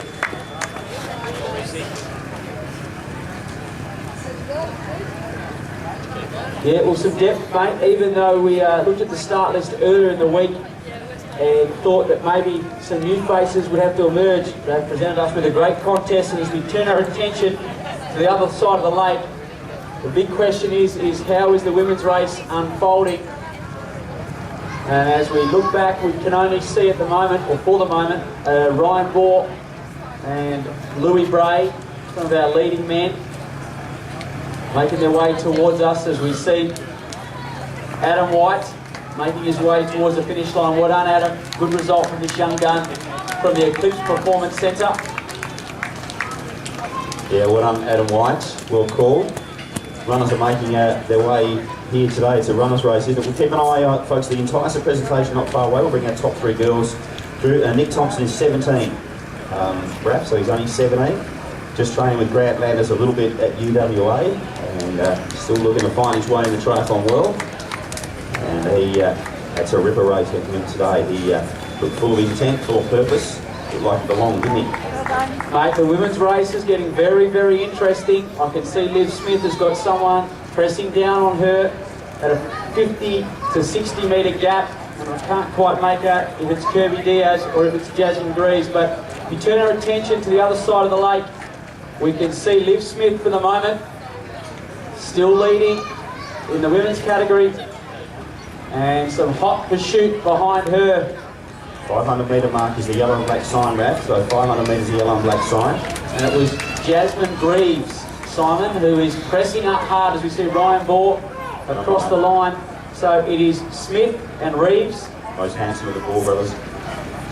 Least intelligent. We'll find out who's faster in a week when we go down to Dunsborough and have the family 5K challenge. Stepped it up today. Went raced open. Granny Ryan, good boy. Women's race on the far side of the course. Raf 4, the pro running analyst, will bring us through. We see the girls not far away. That yellow and black sign, folks, is about 500 metres out, or 450 or something like that. But the girls coming into view right now. Simon, I wouldn't be surprised if we saw a sprint finish here. Liv Smith actually has 100 metres to Jasmine Greaves, and Kirby Diaz is now only 15 metres behind Jasmine Greaves. So less than 150 metres separating these athletes. Liv Smith still looks strong, and she's just holding her form with 750 metres still to run. She may have enough real estate here, but as we turn our attention, she's really lifting now, and it's going to be Kirby Diaz now up onto the shoulder of Jasmine Greaves, 100 metres in front. Liv Smith should have enough of a gap, mate. Yeah, well done. So there's Olivia Smith going past the yellow and black sign over there, folks. She's had a great swim today, great bike ride. Look at Kirby Diaz go on the far side of the course. She moves into second place right now. Goes past Jazzy Greaves. Jazzy Greaves digs in. You called it, mate. You said you needed about 90 seconds. You were spot on. Olivia Smith has now got a little uphill grade to go. Look at Kirby Diaz go. Jazzy Greaves hanging on. Mate, what a women's race. Anthea Stacey and Alicia Wesley both still running very strongly. This calibre of female racing, fantastic to see. Less than a minute between our top 5 female athletes. Anthea Stacey holding form. Kirby Diaz chasing hard. Liv Smith will have a look over her shoulder to gauge competition. She should have enough. She just needs to keep her composure, and she should be the winner here today. So Kirby Diaz, mate, that's hard, isn't it? So far back, there's a lot. We know she's got the ability. That week's taper would have helped her a little bit in that second half. But a lot of what you're seeing there is heart and resilience. And pride, yeah. She doesn't want. You don't like to see your name sit below any lower on the finish list than what you can make and what you can control. So even champions do have bad days, but on bad days they try to mitigate the losses. And just my old coach Ray Boyd used to say, you keep a black book and you don't want anyone to beat you if you can avoid it. And when you finish, you know the guys that never beat you, the girls that never beat you, and you've got to fight some days to make sure that maintains the case. And you've got to have the resilience to make good days into okay ones, or bad days into okay ones. So Kirby Diaz chasing hard, Liv Smith coming shortly, mate. It's going to be a very, very tight finish here, and Liv Smith should be with us in a moment. Kirby Diaz still not giving up. Yeah, that's right. That gets on the finish line. Real estate folks, seeing an exciting women's race for you, who was going to be the standout today. But she makes her way down that hill now, up on her toes. She looks fantastic. She will win the City of Armadale Triathlon here. She goes to half-five. She looks over her left-hand shoulder one more time. She can't see Kirby Diaz. Here is our champion, folks, for today. Olivia Smith eases up. Look how close Kirby Diaz has got today. Well done, Olivia Smith. Great work. Big hand for Kirby Diaz. Can't wait to see this split. Have a look how close this is, folks. And just coming off the hill now to Jasmine Grace. Great running, Kirby Diaz. Wow, how good was that? Jazzy Graves into the finish chute now as well. Well done, Jasmine. That's a ripple race from her. Great swim, great ride, great run from the young Jazzy Graves. Great race, hey, Raf. Mate, exceptional racing. As Anthea Stacey comes down now in fourth, we'll let the girls catch their breath. Mate, let's get you over here as well to have a chat with these girls. That was just an exceptional race. It sort of took the form. Anthea Stacey just finished throwing up and bring her in. Anthea Stacey, great race today. Well, Anthea, welcome back. It's a river run today. And Alicia Wesley, super strong as well from Alicia. Great race from her. She charges down the finishing straight. She would have been under 20 minutes for the 5K as well. Some really strong racing across this female elite field here today. And less than a minute separating our top 5 competitors. What a race, mate. Folks, Claire Hawkins, if you could head to the dismount line down there. Just Claire Hawkins to the finish line, if you will. What a great women's race, hey? Our ref boys with our winner Olivia Smith. We'll bring a few of them. We'll start the entire presentation in just a moment. Claire Hawkins, we need you at the dismount line of the bike ride. You've got our winner there, Raf? Yeah, so Liv Smith, ladies and gentlemen. Let's give her a round of applause, folks. A super effort from Liv. So your stomach, your little butterflies earlier in the week was stronger than your head. Your head had a few doubts, didn't it, on Tuesday about whether you could do it, but in your gut, you knew you were a fighter's chance today, and you ended up manifesting it with a fantastic victory. You must be super proud. Yeah, it was an awesome day out there, perfect conditions, and dead flat in the sprint, which I really liked. And obviously on the bike, no wind, so woo! But yeah, massive thank you to Brad. He's taken over my running, and since then at front really set a lift in the past 6 months, so big thank you to my coach Ross, you see, if he's still out there. But yeah, it's just been awesome to support through mum, dad, of course the boyfriend Brandon, screening as per usual. But yeah, massive thank you for everyone who came down today. It's an awesome event for me, as always.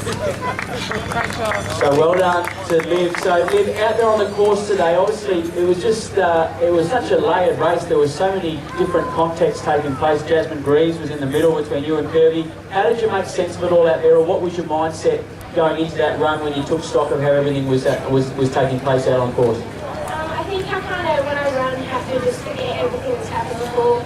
Even if I've got a lead, I have to run like I know I'm doing. And that's the only way. If I stand like I'm going to catch me or incredibly run this, and yeah, so definitely just focused on the time and doing it. So just in, as we see Cam Sabako coming across the line, well done Cam, and the top age group competitors coming through now in the men's as well. So just in terms of what this means to you, so obviously the SunSmart Triathlon Series, ever since you've been a young girl, you would have watched this race unfold.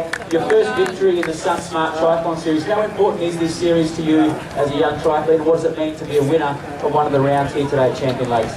I started this series of big games, so I've always sort of been looking up to girls like Katie Dean, and particularly my mentor, Armadale, so just always watching what the girls do and kind of taking note of their choices in the race and some of their tactics. And yeah, it's been a long time coming. I've had a lot of injuries and it's so nice to just see to get out there. And after a few years finally achieved what I've always wanted to do. So thank you. And just finally, we've seen pictures of you up there in Club Med on Mauritius. We just have to thank your mum and dad not only for taking you there, but also for their great support for your triathlon over the years. Absolutely, I think mum and dad have shown me everything with me and drive me everywhere. There's nothing that I would have handed before if I think, think for a minute like that's going to help. And they work so hard as well, dad works overseas, so I can't be pretty much single mother home all the time and me talking about the busiest sport in the States. So I picked a good one, but my parents are so I just got to Lovely sentiments, and maybe what you can do with your prize money is buy mum and dad lunch. I'm sure they would appreciate that. And Brandon, you can go as well, great man. All right. So well done. A big round of applause, Simon. It's a huge breakthrough for Liz Smith. Such a lovely personality, such a hard worker. A round of applause for her. That was great to see today, mate. I'm sure you agree.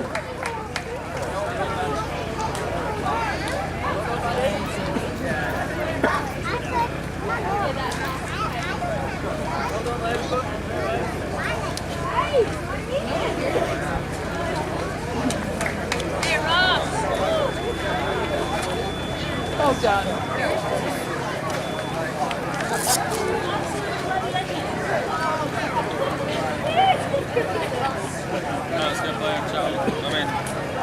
Wait. Can we go straight home?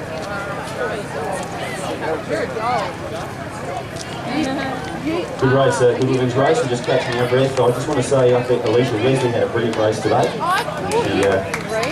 She came here wanting to get a podium. I thought Anthony Stanton was fantastic, and I thought Kirby Diaz was brilliant. Rosie Farrell, Jazzy Graves is fantastic. Thanks for being on the show, girls. You're going to be like those girls, Enticer presentations about to get underway, folks. If you'd like to join us over here for our Enticer presentations, make sure your little tickets in the box. We're doing some door prizes.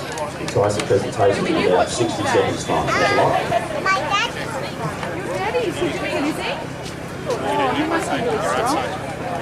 Right?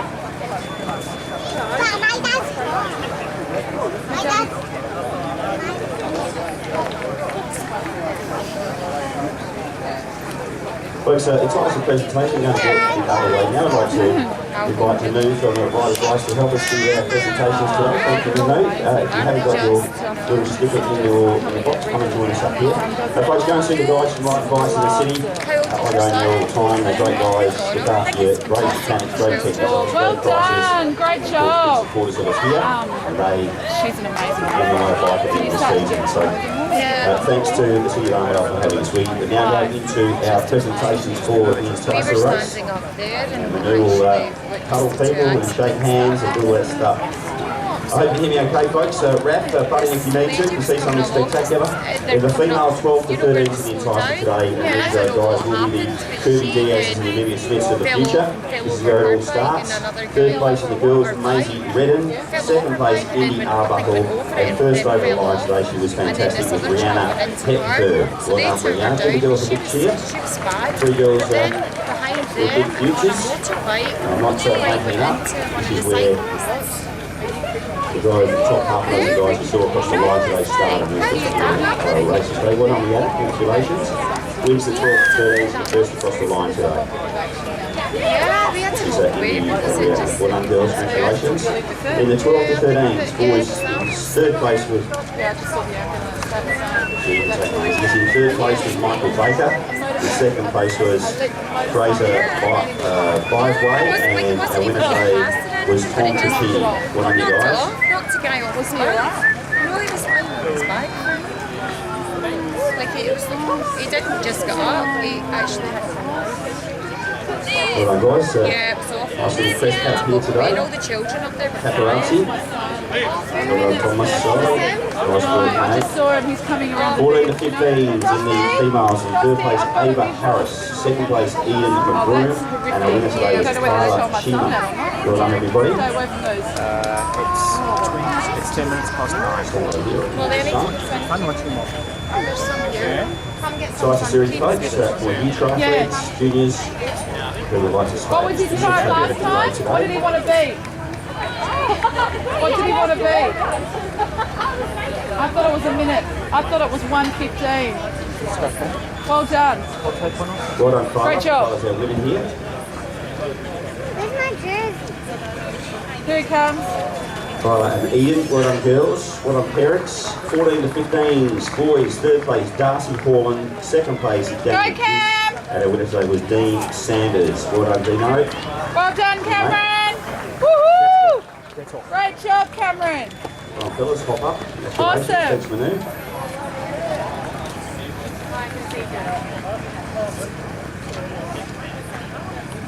Well done, Frosty. Darcy, Daniel and Dean. 3 Gs. Well done, boys. Excellent work. All right, the 16 to 19 males. In third place today was Lee Dennis. And second place was Rory Hackett. And our winner today was Jake Pomeroy from the famous Pomeroy family. Well done, Jake.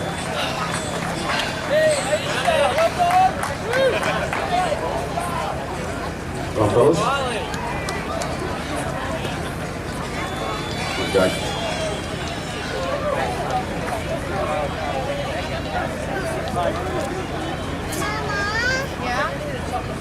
Well done, Jake. That's winning, mate. Excellent. Jake Watts is worth more than my car. In the 20 to 29s today, the females, in third place Katrina Adams, second place Asha Middleton, and our winner of the 25-29s was the 2029s Nicole Jacobs. Well done.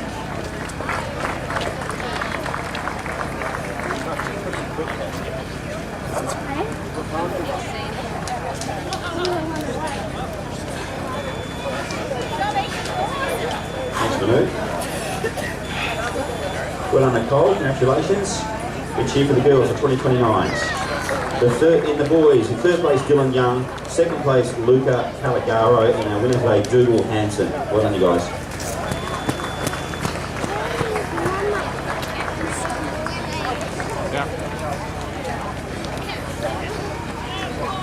Fellas. The shoe racing that goes on, we'll go back to Ratball in a moment. See the guys with the yellow numbers in the pursuit, they are leading their age categories. Third race of the Tri Events Summer Series thanks to SunSmart. Well done, boys. In the 30-39s, in third place today, this is the females, was Maya Hervin Salo. In second place was Kelly Mara, and well done, Kelly. And our winner today was Fran Flopton. Well done to you, Fran. Nice to see Kel up on the podium.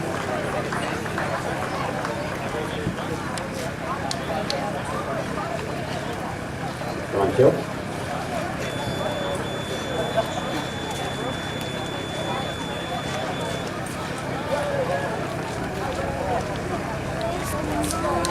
Everyone to the girls in the 30-39s. In the male 30-39s today, in third place is Robert Borzig. Second place is Lewis McMahon. Well done, Louis. And our winner today was Maciek Olbromski. Well done, mate. Stand up, right? Now look at me.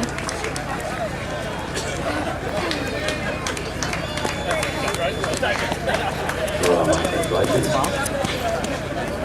Get back to the pursuit race in just a moment. Well done, mate. Brilliant. In 40-49s, in third place today in the girls was Jacinta Duffy. In second place was Kelsey Daniel, and our winner today was Donna Love. Well done, Donna. Go, Donna. The other way, baby. Go. You can see just fine without Connor. Get off. I just told you to get off, and you did it again. Well done, girls, at 40-49s. This is how we get in. Girls, extra work, 40-49s enticer. Male 40-49s enticer. Third place, Jason Reese-Jones. Second place, Jason Cole. And our winner today was Kev Gillingham. Well done, Kev. Smack each other. Yeah, maybe Gillingham. Hit each other, I don't care. Because when I ask you, you leave each other alone. You don't listen. The English soccer team is Gills, Blues.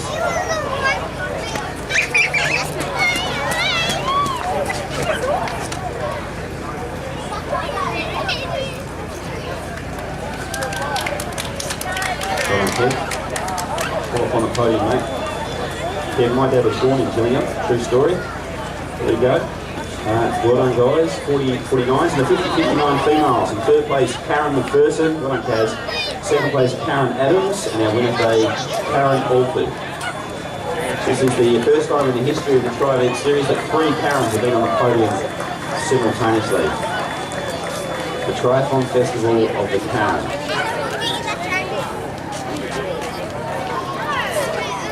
Sheriff of Kaz, all 3 of them.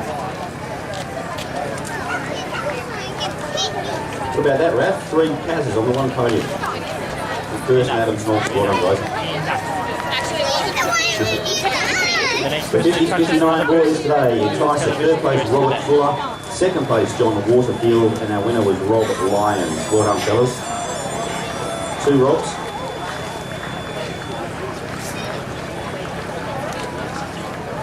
And gents. Connor, no. No.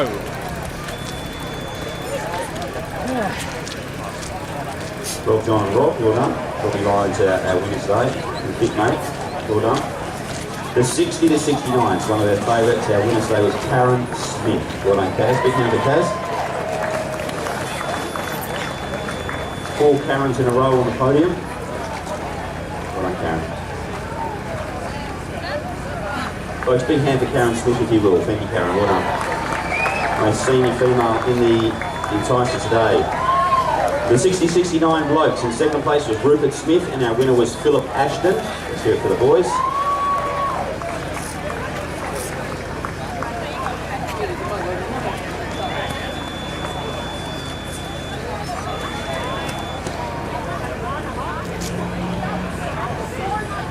Up on the podium, first triathlon for Rupert Smith. Well done, mate. Excellent. And we have a competitor in the 70 pluses today, so give him a big cheer. Our winner of the 70 pluses today is Thomas Park. Well done, Tom. Thank you, Tom. Why don't you guys go stand on the Okay, shade? first ticket, I think.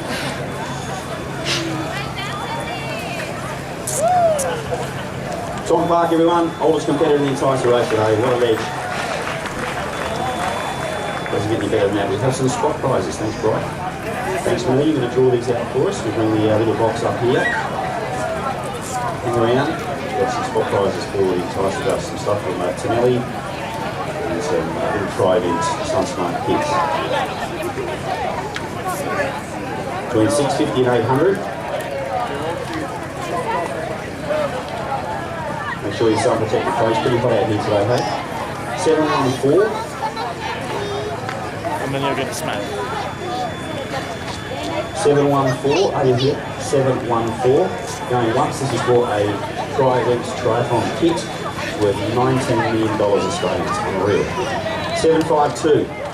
752. Yeah, woo!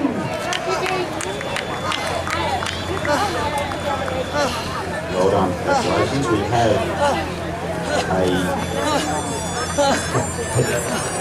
we've got a male and female thing. We've got a male cycling top and a Tri-Event Triathlon kit. That's right, that's great. Good luck, everyone. Back to the pursuit racing. This is 782. 782. No, fourth. That man. 782. Just scream and yell so we know you're here. We don't check the numbers. We know that. 663. 663. Are you here? Yeah. Well done. Triathlon kit. Well done. Congratulations. Thank you. And our final is actually. Way to go, Rowie. If you win this, if you're not a float, you've got to give it to a float. Or, just wear it anyway. 770. 770, yes. won a male cycling top.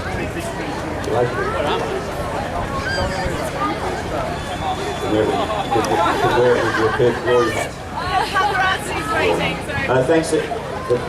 Thanks everyone. Hope you enjoyed the entice. We'll see you at the next one, hey? We'll see you at the next one. Thanks for coming out to Armadale today. Hang around and watch some pursuit guys come in, grab yourself something to eat, and go to Ride and Ride Cyclery every day. Thanks for me. Thank you. Thanks everyone. Thanks Enticer people. Awesome job to all our Enticer competitors. Simon, you're going to love who I've got on stage over here now. I have June Ward, Catherine Ryan and Loretta Wesley, three of the finest triathletes in Western Australia, age group winners, all of them today. So we'll start with you, Loretta. How was it out there on course today? A beautiful day for triathlon, a great location as well. Yeah, the swim's always easy here. You see where you're going, and always the easiest zones, and everyone's really good pack. The bike was very fast, and no wind for change, so it was very comfortable, and we were pushed ourselves to get home on the back, and then I thought, something in the run, but I'm just flying on that run. So, just when I was a young boy, I remember you went to the Commonwealth Games test event representing Australia in the triathlon there at the Commonwealth Games. Also winner of the 3M Ironman in Melbourne, state champion in running, cycling, swimming. And just last week at the last race in Rockingham, I saw that you managed to get a little bit ahead of Carrie Anderson. I sense there's a little bit of a comeback this year in the age group ranks in the lead up to Gold Coast. Maybe a little bit of deja vu from past highlights in your career. I was just trying to say that to race on course, not past qualified, I had hamstring repair surgery a couple of years ago, and just gradually getting back into some good shape, so I'm really pleased with my progress so far. And your daughter Alicia, fantastic today, wasn't she, Simon? And she was fifth overall in the open race today, so great swimming from her. She's got the exact opposite strengths to what you had. She's a great swimmer and progressing on the run, whereas you was a great runner and had to progress on the swim. Well, I took her swimming lessons from the moment she was born virtually, so she had all those opportunities. I only took her up a couple of weeks over the summer, but for about 3 or 4 years, and that was it till I was 20. Fantastic. So one of the stars, Loretta Wesley. Catherine next. Now Catherine, you seem to win every single race that you do these days. So today, looking fantastic. How did the race unfold? Fast course, wasn't it? Was the time up on one of the fastest times you've done for this distance? To train though. It's a bit easy. We can just do stuff during the day. Got to work really hard with that.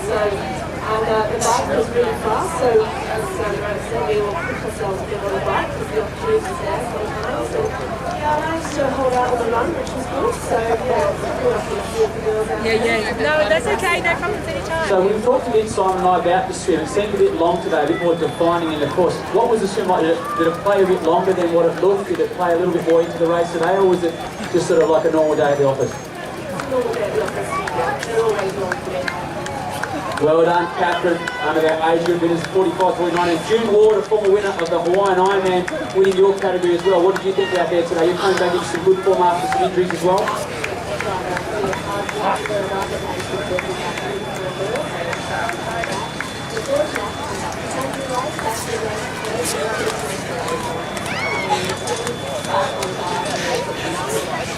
Coming now, baby.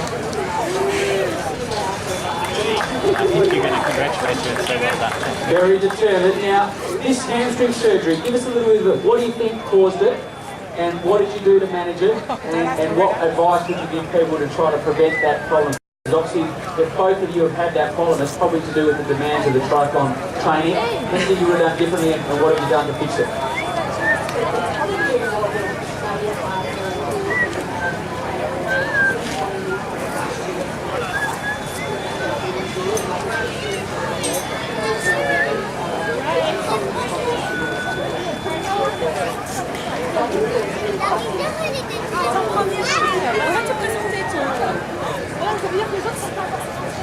Well, there we go, Simon. 3 of the most outstanding female triathletes in Western Australia, and we thank them each, Loretta, Catherine and June, 3 stars of the sport. Well done, thanks for joining us on the stage. We're trying to get your husband to sponsor it. Simon Beaumont wants to get naming rights sold to this stage, so you girls have increased the market value indelibly by presenting us, or by gracing us with your presence, so thank you for that, and well done again today. Yeah, well done, Raph. Nice work. The Raph or soundstage working through. Maybe the running centre could sponsor it, I don't know. Three, I'll tell you what, one of those things those three women share is they train very smart. Loretta's a smart trainer. First West Australian women do 100 triathlons. Always used to win. Then used to get a flat side, very organised. Kat, Ryan trains a heap too, and so does Judy. So a lot of training. You don't get up there easily. You don't compete with win without the training. Those are pretty dedicated dudes. Nice work, Rad, on the sound stage. So folks, the pursuit race continues. Make sure you got your name in the barrel over at Specialised. Go and visit the Armadale Visitor Centre for some information on Armadale. Some nice little spots out here to go and see. It's a nice part of the world. We appreciate being here. Far away from your presentations from the pursuit. We just found out, Simon, that Loretta didn't do her hamstring doing triathlon. She actually had a contest on a cruise ship to see who could still do the splits. And Loretta decided that she still had the goods, and maybe she'd had one or two of the nice wines on those cruise ships. It's normally all you can eat, all you can drink, and the splits couldn't quite warmed up enough for the splits. Your stat on her, the Commonwealth Games test event, is one of your best ever. Thank you, mate. Very good stat, Ralph. What do you say? See it once, remember it forever. Very good, mate. I know you've got some fans, and I know you're very good at that stuff, mate. That was outstanding. I want to ask Loretta who her favourite kid is. Is it Matthew? Is it Kurt? Is it Elisa? Matthew, I reckon. Matthew is a very good young runner. They're all such lovely kids, aren't they? They've been in this sport since they were so young. The Wesley family never remember a triathlon without them being here, to be honest, mate. Yeah, they're very good. The Wesleys. So the Enticing guys finishing. Some of these guys have been wearing yellow numbers, are leading their age group. You would know, watching these races before, that these guys are racing age group prizes. Like I really nice just finished, well done tonight.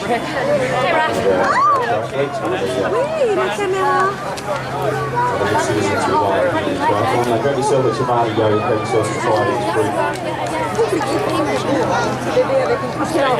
Right in the middle of the summer, folks, still got a couple of tri-event races to go. The women's triathlon, got the big HBF run for a reason coming up as well. We've got a swim, all events that tri-events are involved in. A couple of weeks' time, we'll be on the island at the finish line, calling people over. That line is swimming with her son Hamish this year, actually, right across the water.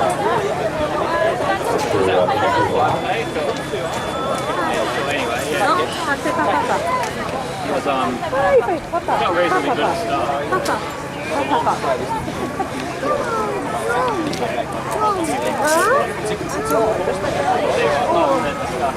Et puis je les pose là-dessus, hein, donc ça va bien. Oh le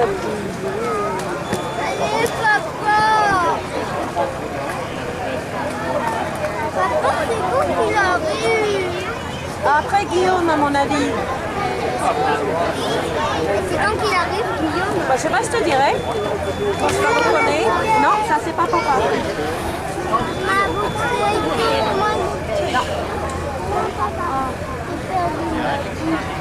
Attends.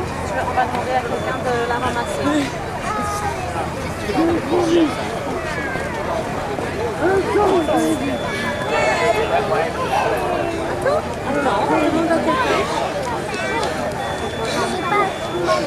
Bah, on va attendre qu'un de nos hommes arrive.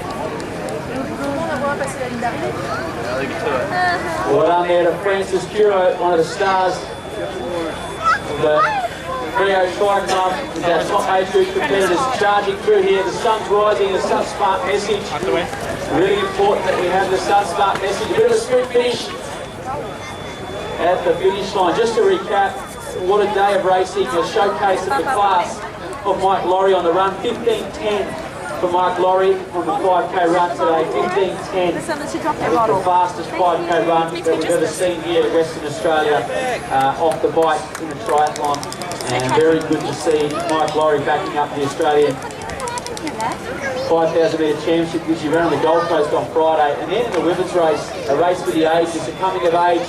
We're waiting to see one of those this season, a coming of age for Liv Smith, stamping herself in the long line of West Australian elite females and jumping the gun on Kirby Diaz and Jasmine Breed to take the victory, and in so doing, really emerging on the stage, and she's on a very good upward swing, training with the Exceed Tri Club with Ross Pedlow, and she's really following in the ilk of the great Katie Gibb. She's very similar for me, great technician, nicely balanced athlete, very similar to Katie Gibb, of course, now top professional, so well done to today. It was a famous victory for her. On that forum, he was trying to all the love on the stage, and keep up the excitement here at the SunSmart Champion Lakes Triathlon. À mon avis, ça va être, vu que lui il est passé, ça va être Guillaume. Ouais. Guillaume. Après.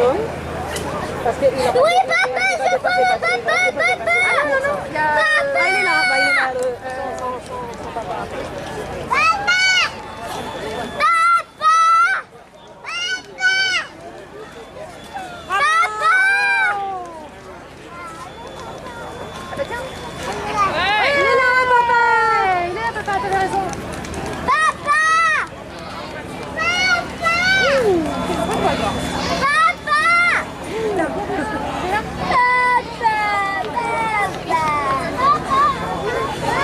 Est-ce que tu as vu l'accident? En fait, il y a quelqu'un qui a butiné, il s'est tombé de vélo, il est tombé dans les bras. Après, il y a la moto officielle qui a dégonné un mec, quoi.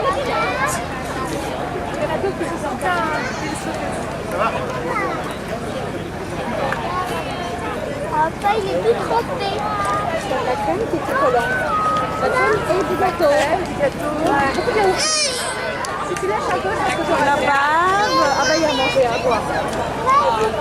Où la télé là-bas?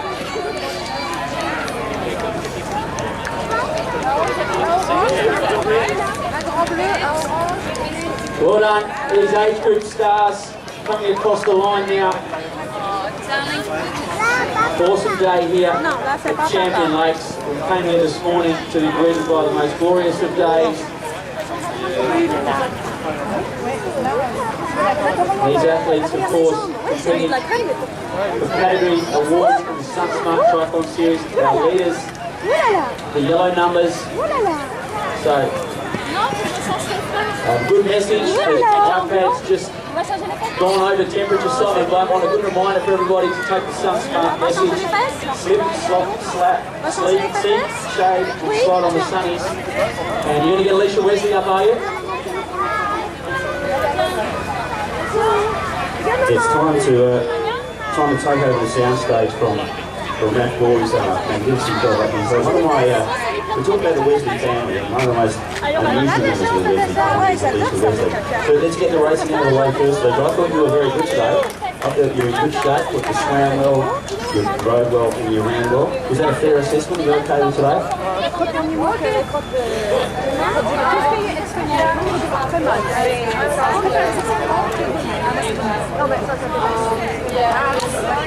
Mais Jusqu'à maintenant, je faisais un peu, et là, ça commence à aller mieux. Après 10 ans de public, oh non, moi, ça va. tu vois, des petites émissions.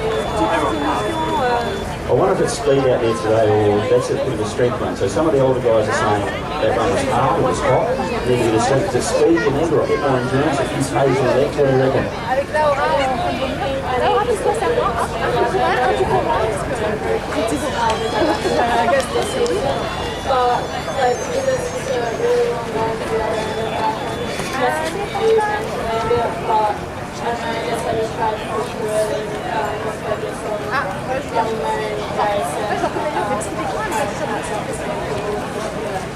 You swam all today, had a cracking swim.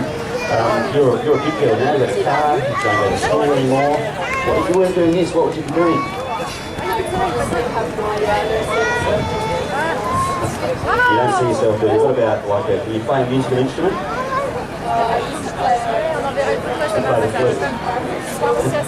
That's a no, right? So we're going to need to find you another career in case you can't do triathlons like your mummies, when your mum's age. You've got to find something else, surely. Can you like dance or anything, or can you, must be able to do something.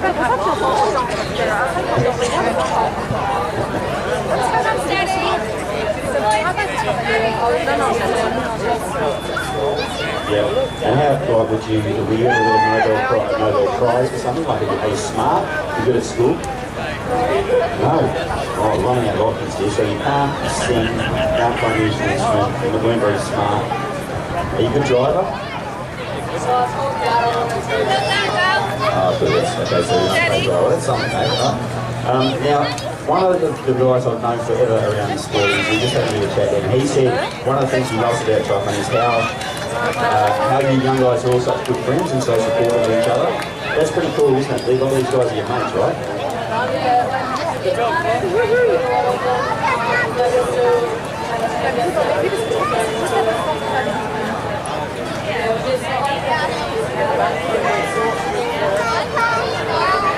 So I'm going to ask you a couple of questions about some of the juniors, right? Who is the hardest training, or out of the young guys, guys your age and younger, who's the hardest training boy, hardest training male triathlon athlete? Who trains the hardest? All of them. Who's the hardest female trainer? You don't know. Well, who's the most annoying? Alexander, yeah, he's miserable, noisy. The most annoying girl? Probably you, yeah. I reckon it'd be you, sure. Alright, now you're doing fine so far. Who do you reckon is the favourite out of all the kids? Is it Kurt, is it Alicia, or is it Matthew? Who gets favourite? 100% you. It's you, is it? Yeah. Why not? Hey, well done. I think you'll be fantastic today. Chris Lim crossing the line, folks, the most senior of our athletes. Give Chris a big cheer as he comes across the line. Well done, Chris. What's next, Alicia? What's that? The festival.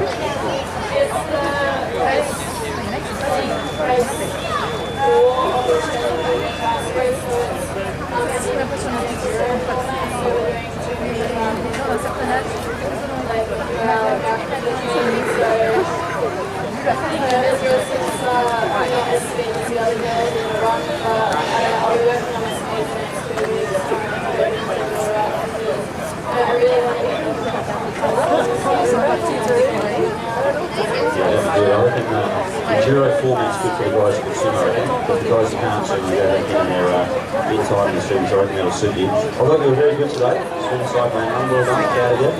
And welcome to the sound stage. This next time we see us, I think your dad's company for steps in this sound stage.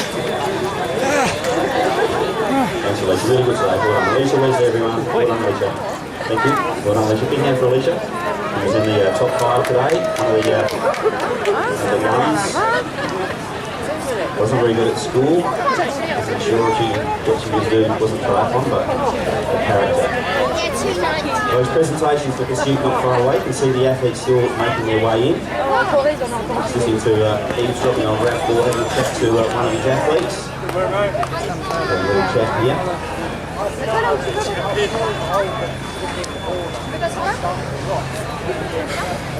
Make sure your sun protected, folks. Pretty hot out here today. Sleep socks, seats and shades, light on some sunnies. Plenty of age group action for you runners coming to the line. Thanks to Perth and Greater Health for looking after us as they have done for the past 13 seasons. Some of our athletes out here today as well.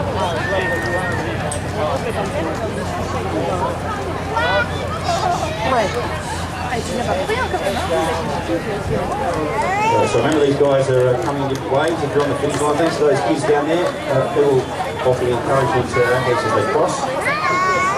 Pretty hot out there. As always, the background has got the worst of the conditions. Pretty warm. Je viens de Scarborough, voilà, elle va la dire, je viens de Scarborough. Hein? La petite partie française, la petite quartier français. Annie Brinkworth coming into the finish shoot now. Well done, Annie.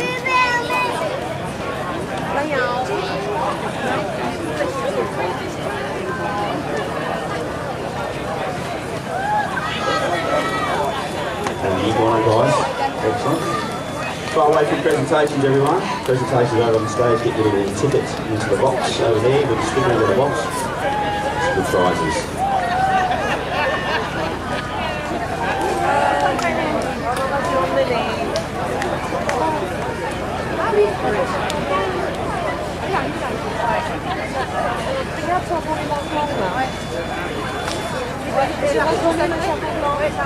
Ouais, mais il a dû dépasser en course quand même, hein, parce que c'est ça qu'il va faire une façon.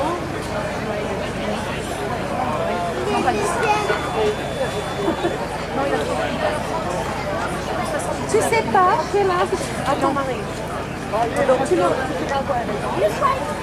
Mais c'est bien, c'est nouveau tous les jours. Ah oui, c'est pas comme faire. Tu peux vraiment garder la météo. Ah ouais, c'est ça, c'est ça, tu peux mettre en partenariat. Si tu peux le dire, il faut oublier au fur et à mesure, mais ça c'est la surprise. Alors est-ce que tu vois papa là-bas? Ah, des manchons. Ah bah voilà, regarde, des manchons, il est là. Allez.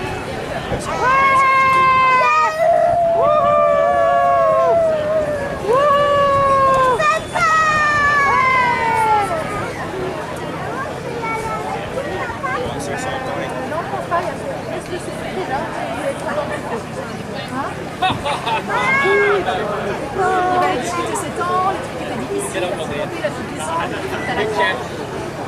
Well, you're waiting, jump on Nolan, you've won a seat. We've been waiting for 6 months to break 22 minutes for 5Ks off the bike. And Nolan McDonald today has run a 21.58. Every age grouper will know what it feels like to have the goal. Round of applause for Nolan McDonald. Now mate, it's like winning the Olympics, isn't it? Breaking 22 minutes off the bike today. It's been a few weeks in the making.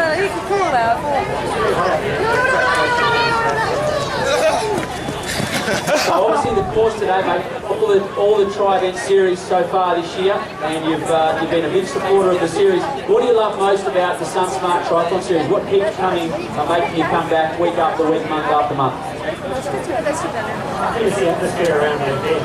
It's great big people, lots of encouragement, lots of people that know you. Just really great support around the whole course, and particularly from outside and friendly as well. So family on Saturday, just want to see what we've done this year and training for. Oh, who do you think is the best commentator, me or Rat? I'm slightly biased. So if you say you were a young lad, you're about to get married, you wanted a wedding MC, who would you go, me or Rat? Probably you, Mike, to be honest. Yeah, so that's the big question, isn't it? Yeah, he's right here, Rat. You know, you look at him making run fast. He wants to be there on his wedding day. You want to know Stephen Bishop, Simon Beaumont? You know Stephen Bishop. I wasn't just his best man, I was his best man and MC at a wedding. Have you ever had the double privilege of being both? Every weekend. Every weekend. Yeah, mate, well done. What's the secret for getting under 22 minutes? More miles, bit of technique, what's the secret? Tell all the other athletes. The biggest thing that Raf's instilled in me is consistency. So doing something most days, basically. He doesn't give us much time in terms of rest, which is not necessarily good at it. It's really the consistency. It goes all right. Well done, mate. 22, that's excellent. Raf, your final question to one of your credentialed athletes. Well, just, Nolan, you stadium tri-club, you've been stadium tri-club through and through after all these years. Club's the heartbeat of the sport, 100 times without the clubs, hardly anyone will get involved in the sport. How the stadium tri-club helped you get started and what it means to you for people starting in the sport to join a club and be part of that community. I think there's so much to be said for having you should grab a piece of ice, they're at the best. to join. I know for me the scariest thing was learning how to swim. And the Stadium Triathlon, being an honest program, took me from somebody who couldn't swim 50 metres without having to stop. And slowly built up the confidence over a 10 to 12 week program to get to the first triathlon basically. Well done. Stadium tennis Fantastic. So Nolan McDonald, folks, sub 22 for 5K for the first time, 21.58. Love his work. Well done, mate. So it's all about PBs. Well done. Good stuff on it. Perfect for the Outcross Paint soundstage today.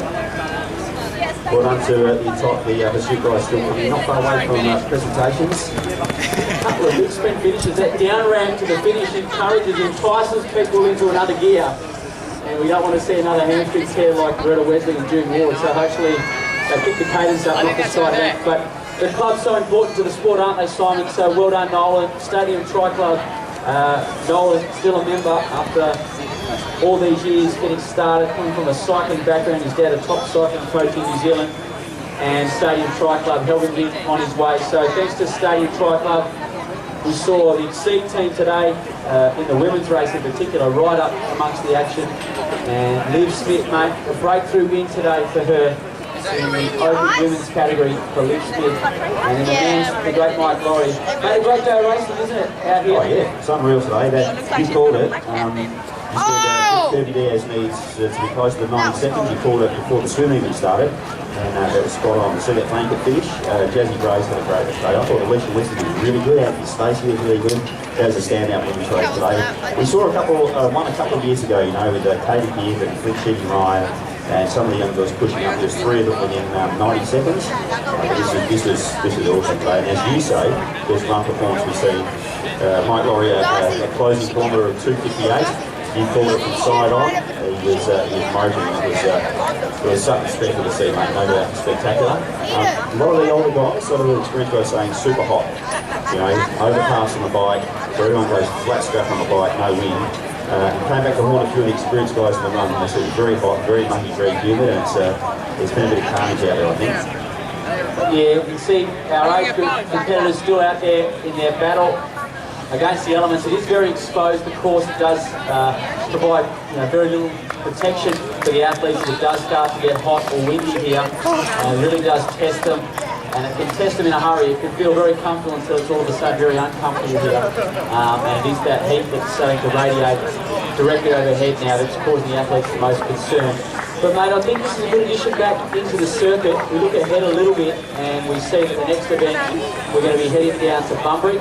We've got the SunSmart Women's Triathlon Hillary's first, but then we go down to Bunbury. What do you make of the race down in Bunbury, the Olympic distance going back to Bunbury? Some big memories for you, the old course around the estuaries. This time we're going to the back beach, but a big race coming up no doubt. Yeah, the back beach was the original spot, right? So we used to swim near the surf club there. There's 2 surf club sites at Bunbury, but we used to swim at the old surf club. There's always a bit of a wave. There's a bit of a wave on the back beach. And one year, I think probably around about 1988, that was a wave. She's wearing a green shirt. I do remember a race with Pickard, Bat and Beaumont, first, second, third, way back then. So that was a good day for us. We were sponsored by All Bikes of the Year. So that's a big day for us. But it's bike rides, of course.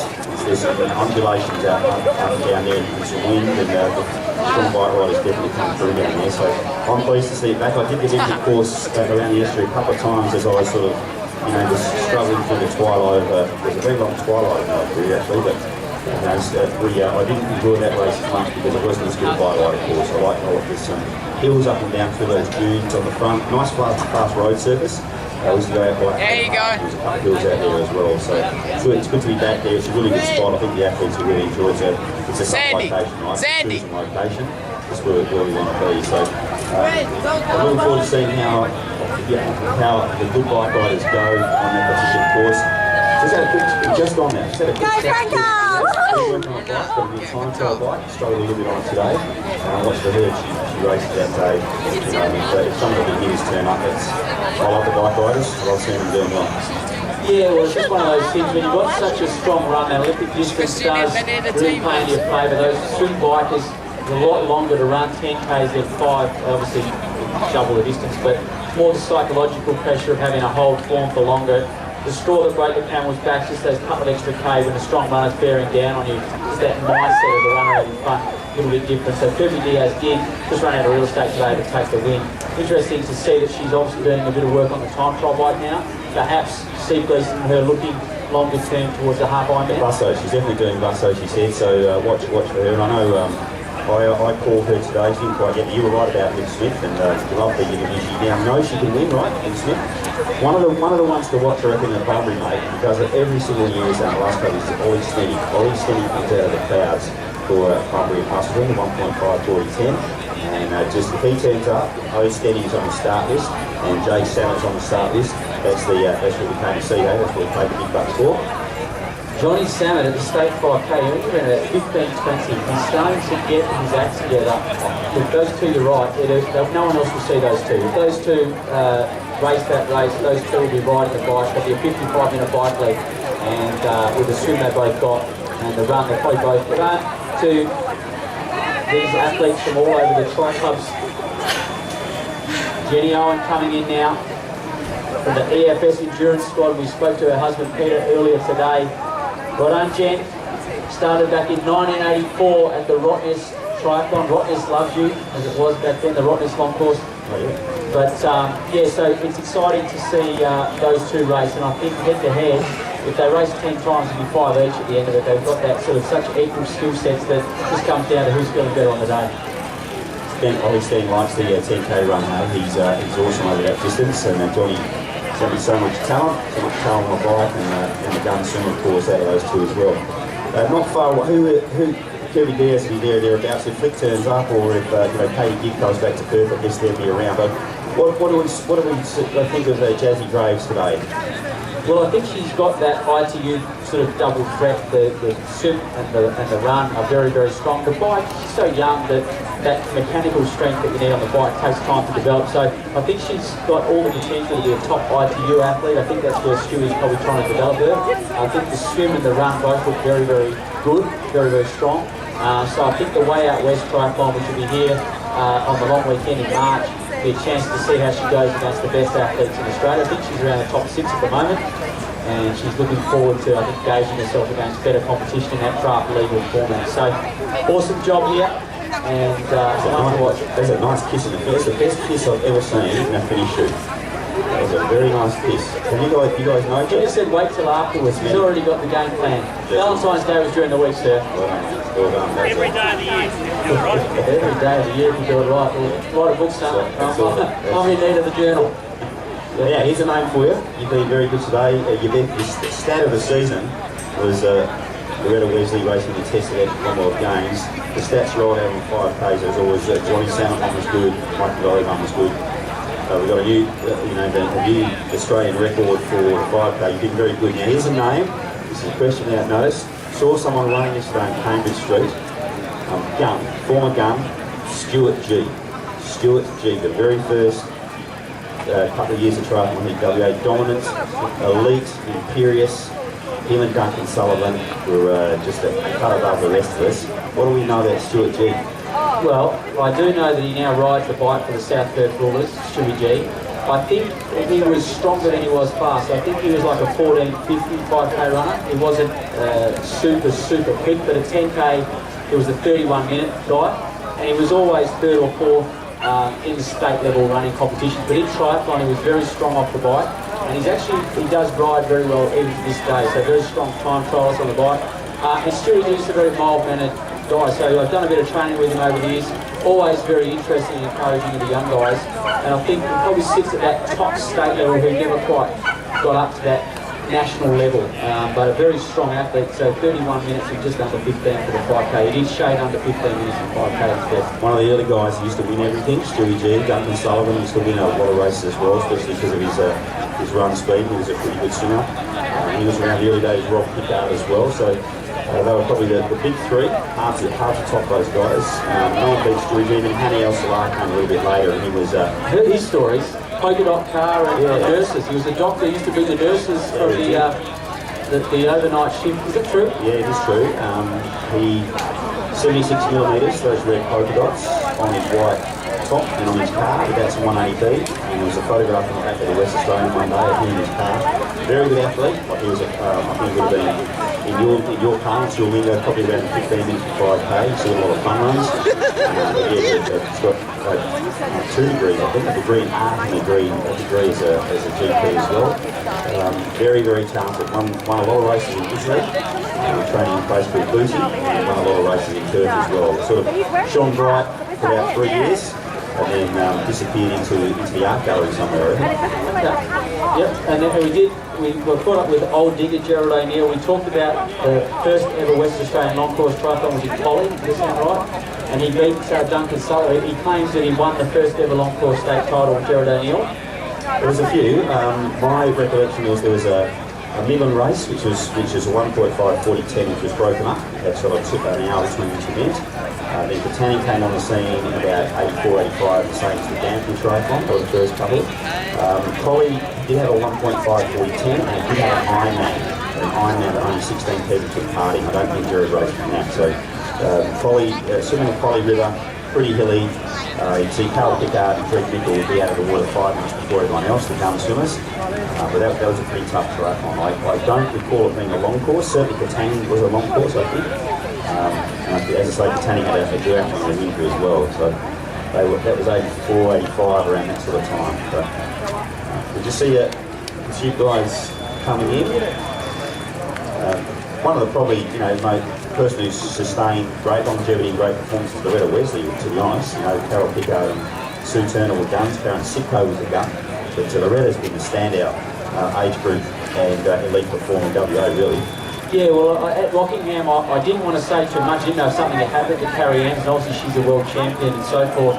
Obviously, we knew Loretta's class, but traditionally in the age groups over the last few years, we've seen Loretta sit below. When I saw her back ahead of Carrie Ann's, I thought there must be something stirring here. Loretta's obviously coming back.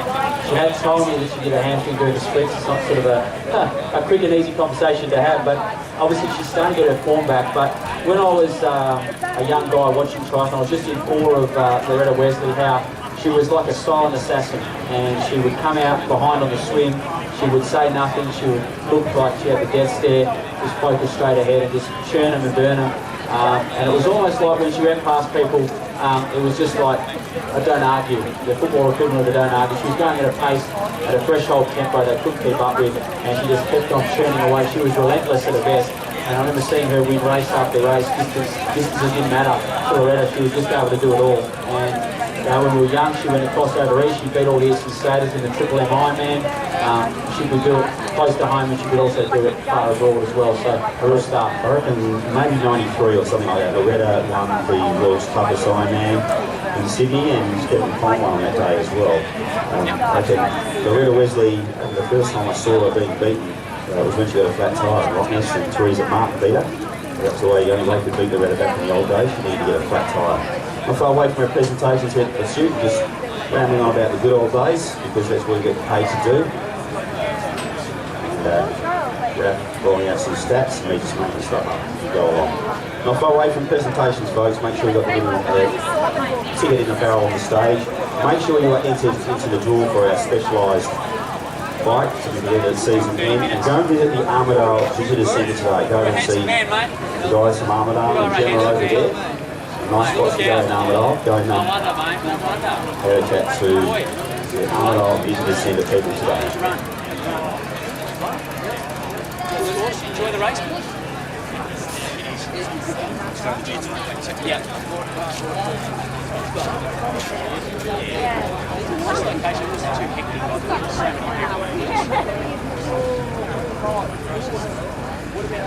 swim?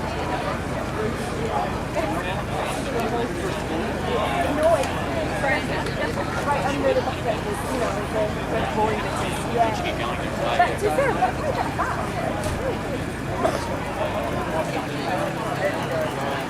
My cousin was saying it's not my kids. Yeah. What's annoying though, our place is great. It's like, I mean, how do you feel really You can watch it as a spectator race. Take the Grand Prix. Yeah, cool. we're like, oh, Alex, no, they're all 3-1-4 with the hand.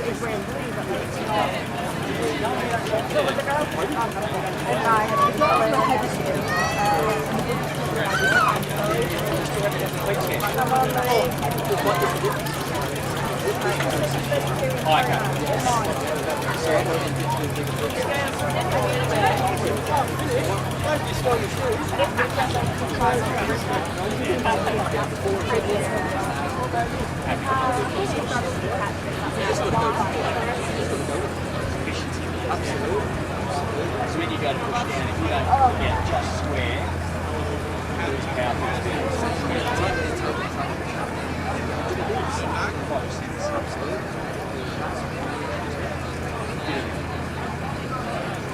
What sort of place do you run at? Oh,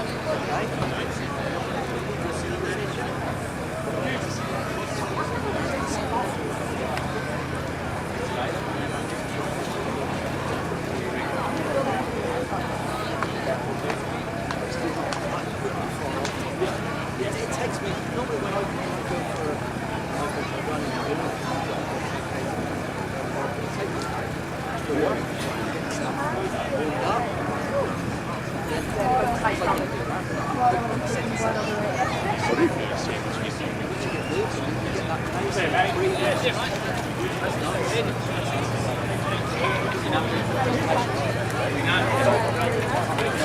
That number in the box to get on the tour with something. The law of intention. On the stage over there.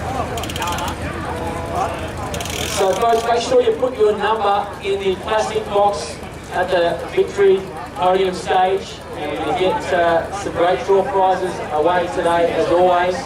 So place your number in the box.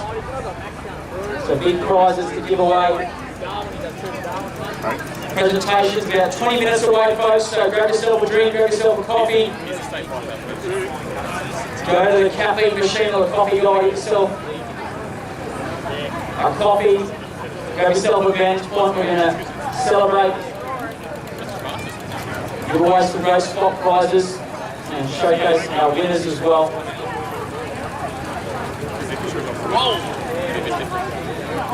Getting quick now, boy. He was talking about the So the other thing that I hadn't realised was actually drop the front, just broke his leg. It looks like quite long from six. Who did you bike with? That guy's walking now. That's me, looks like it's too long for that. Yeah, Stay there. Yeah. My legs are off. I cannot run like that. Right, so that should be straight. The arm should be straight, shouldn't have arm. Should be straight, Tristan. Old Ree, mate. Old Ree, you want to be there. I find it if my elbows are slightly... Just get in your bike shoes, do a little ride past me, do a little ride bike. Stay crushed. Yeah, he knows it. What did you fracture though? So?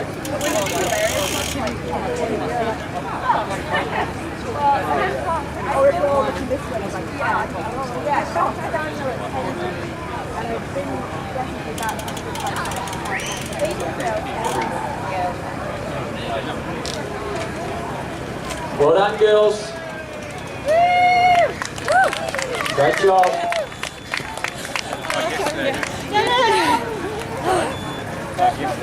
Right, Do you reckon come on, it looks a bit? Louis. I reckon it looks a bit set up.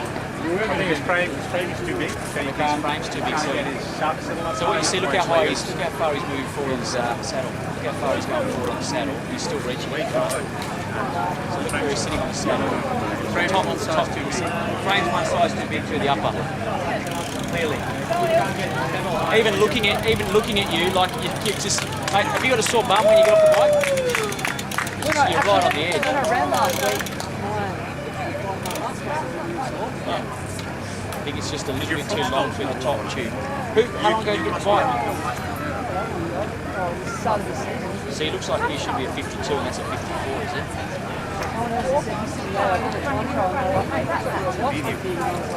Yeah, you should be a small. Yeah, there's no correction.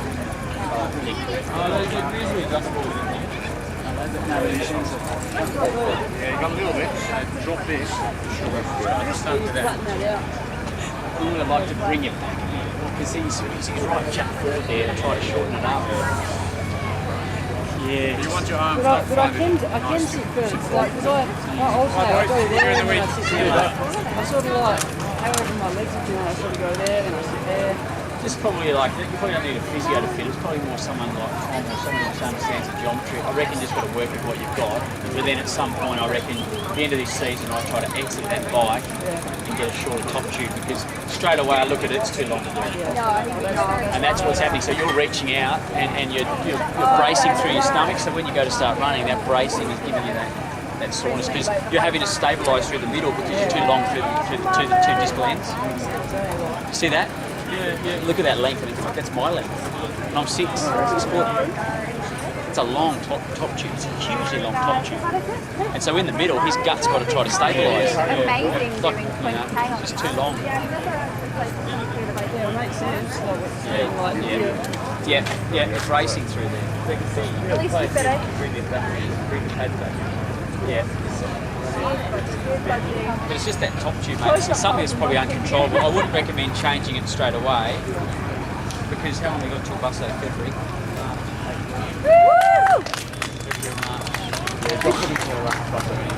Oh, okay.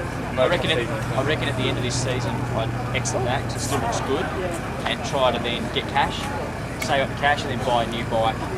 That's the right geometry. But if you go and get, when you get your bike, you can say to Tom, what frame size do I need? Make this work for now, and then tell me what I need for my next bike. So you have your own measurements. So when you go and look at your bike, you've got it measured up. The other one who's good, if you want to see someone in Midland, the other guy who's very good for that is Andrew Budge. Andrew Budge is very good as well. Just work the numbers and say to me, Trisport, very, very nice guy. Andrew Budge. Yeah, he's out your way, further close to you. Is he? He'll be able to say, can you go come in and go, alright, this is get you Frame size, yeah. and then this is what you need. Just Terry's. He's only got 3 months, right? Commentating, and they said, oh look, it's only one person who speak to is you, he's broken his kneecap.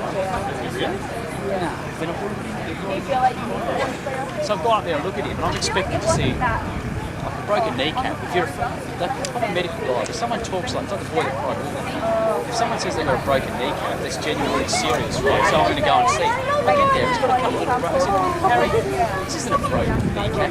And the girl in the medical tent started saying, oh, we've got to treat it like it's a broken kneecap. I said, even a dill could see there's nothing. You can't break the kneecap unless you know what I mean?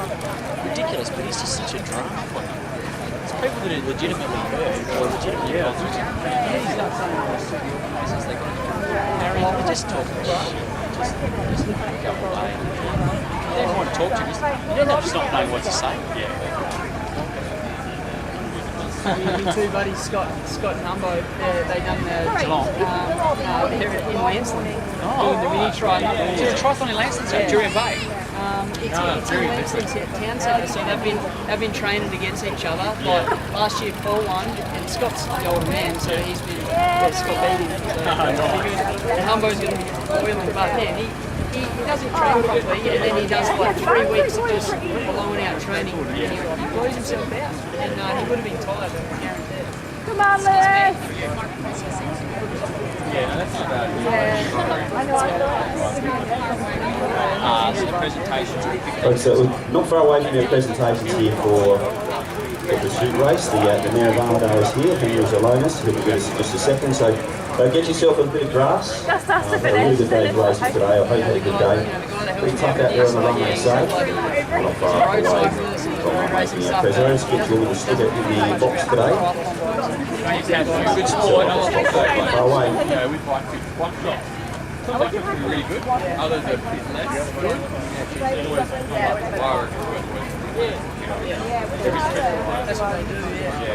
I don't know, I used to work with church a lot, and I had a lot of faith in their fitting, but not everyone.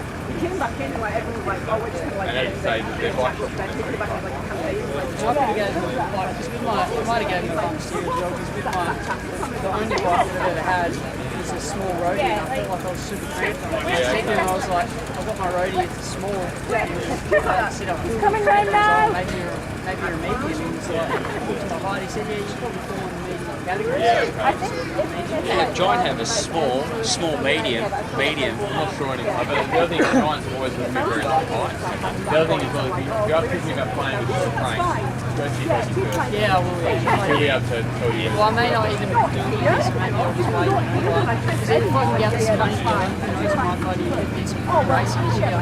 Yeah, on the bikes. Yeah, Their bikes are all I'll sell this. Yeah, because if you can just shorten up, I reckon if you're running that fast, mate. What was your swim time?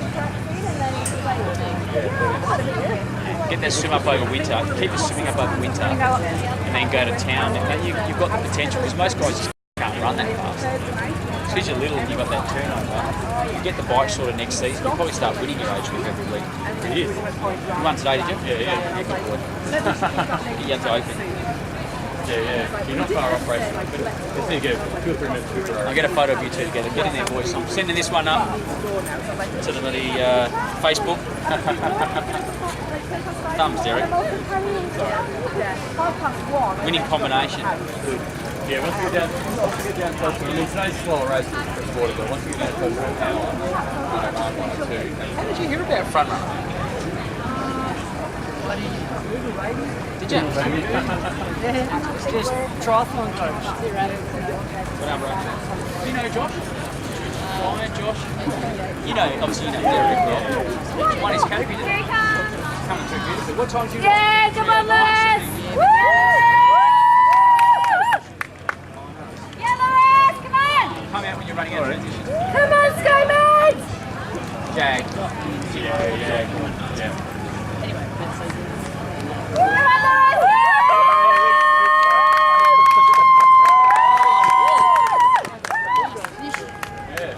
And that's probably the sort of day where we can do it. I'll do a post on the page as well, so that I can get your triathlon one and get some of those duathlon posts, because I suppose Alex. Good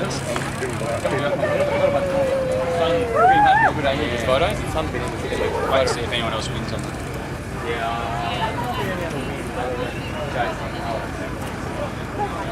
Get a few more photos. Yeah, Chrissy. It comes up good on Google, eh? Just like, Front runner does. I just put on. Oh, we are the best. Coach. We are the best. Tell you, Derek. But we don't sponsor anything else. No, we don't want unsolicited. We don't want the mass market. We want people that want a goal and want to get expert advice. You start trying to appease everybody, and you don't enjoy it either, because you're trying to deal with people who are emotionally not really sure about it yet. Yeah, and they don't do the training. The good thing is having people that are motivated who want to get a goal, and Derek's done an 840 Ironman, so he knows what we need to do. Same with Tom. So that's what it's hard for me, because I think it's just the same as when I did boxing. It's like you go to a gym that does boxing, or you go to a gym that does fighting. Yeah. And it's actually hard to find a gym that does fighting. So I jump around and chase around, and I was lucky to take down you guys straight up. Oh, it's good. Yeah, I mean, as you know, Derek's just got that passion for it too, which is not just the passion. Jump in there, I'll get a photo of all three of you. Like Run PBs Bart, Jason, Reese. All right, it's a rooster alert. Jump in there, boys. Front runners finest. All right. It's marketing gold. This is. Okay, boys, squeeze in a bit. Yeah. 3, 2, 1. Yeah, great photo. Nice. Good job, boys. All right. Cheers, Ref. Cheers, presentations. Well done, mate. Proud of you. We did it. Good to see you. Legend. What place overall in your category was it in the end? 5th. That's great, mate. Well done. Awesome day. Legend. See you, mate. Category 5th. John Sanders. So that's just when, basically, so what happens is when your body gets that acid, you get what we call hydrogen ions in the body. And what do you reckon the way the body can neutralise hydrogen? Run. 2 bits of hydrogen, 1 bit of oxygen, make water, and you just breathe it out. So what happens is when you get those hydrogen ions, your body says, I can't keep this acidic environment up. So what I need to do is slow down so I can get oxygen to catch up. So the key is to never go so far that you accumulate so much hydrogen. Because then you need too much oxygen, so you have to slow down. So 325, you would have been able to go like that. Yeah. 320s, you've got that lag and your body's gone to 340 to catch up. So you just want to smooth it out. 325 and then probably build the last five. Probably more for you as a young guy. The best thing is just to make sure you're just in a rhythm. Don't force it. Just stay in it. And if they go too fast, it's actually going to be better for you to be patient because they'll come back. So don't think you have to force the race. Just find your rhythm.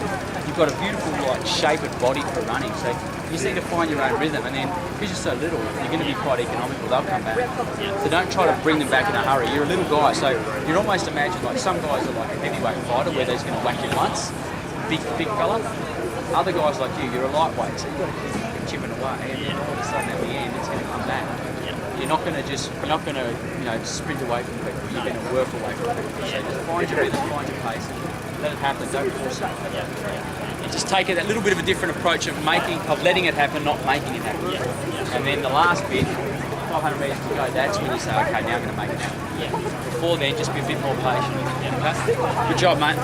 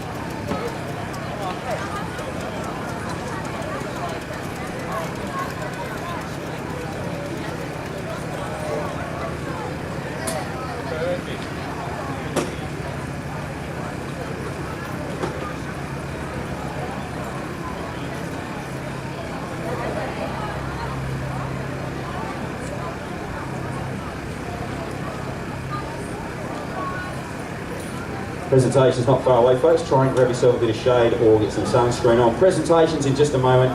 Raf Bort, Simon Beaumont, Raf cracking some of those jokes, telling those unusual, slightly longer stories. They're coming up in just a moment. Make sure your ticket's in the box for the draw prize.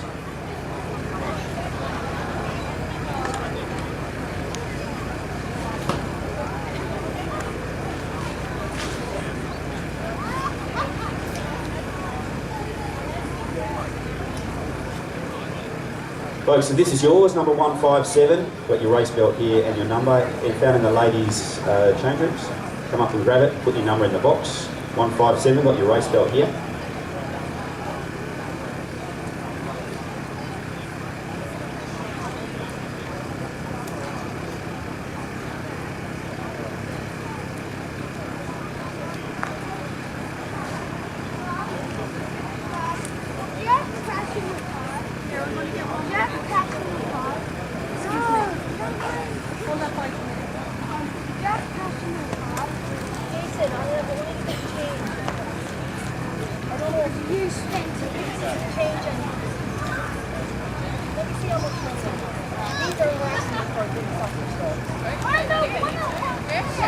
What do you want thing? What are you talking about?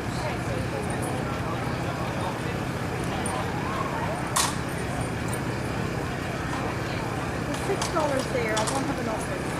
I don't. Do you want one? Is that why you were? So why are you going on about hot dogs if you don't want one? It will sound pretty, but it's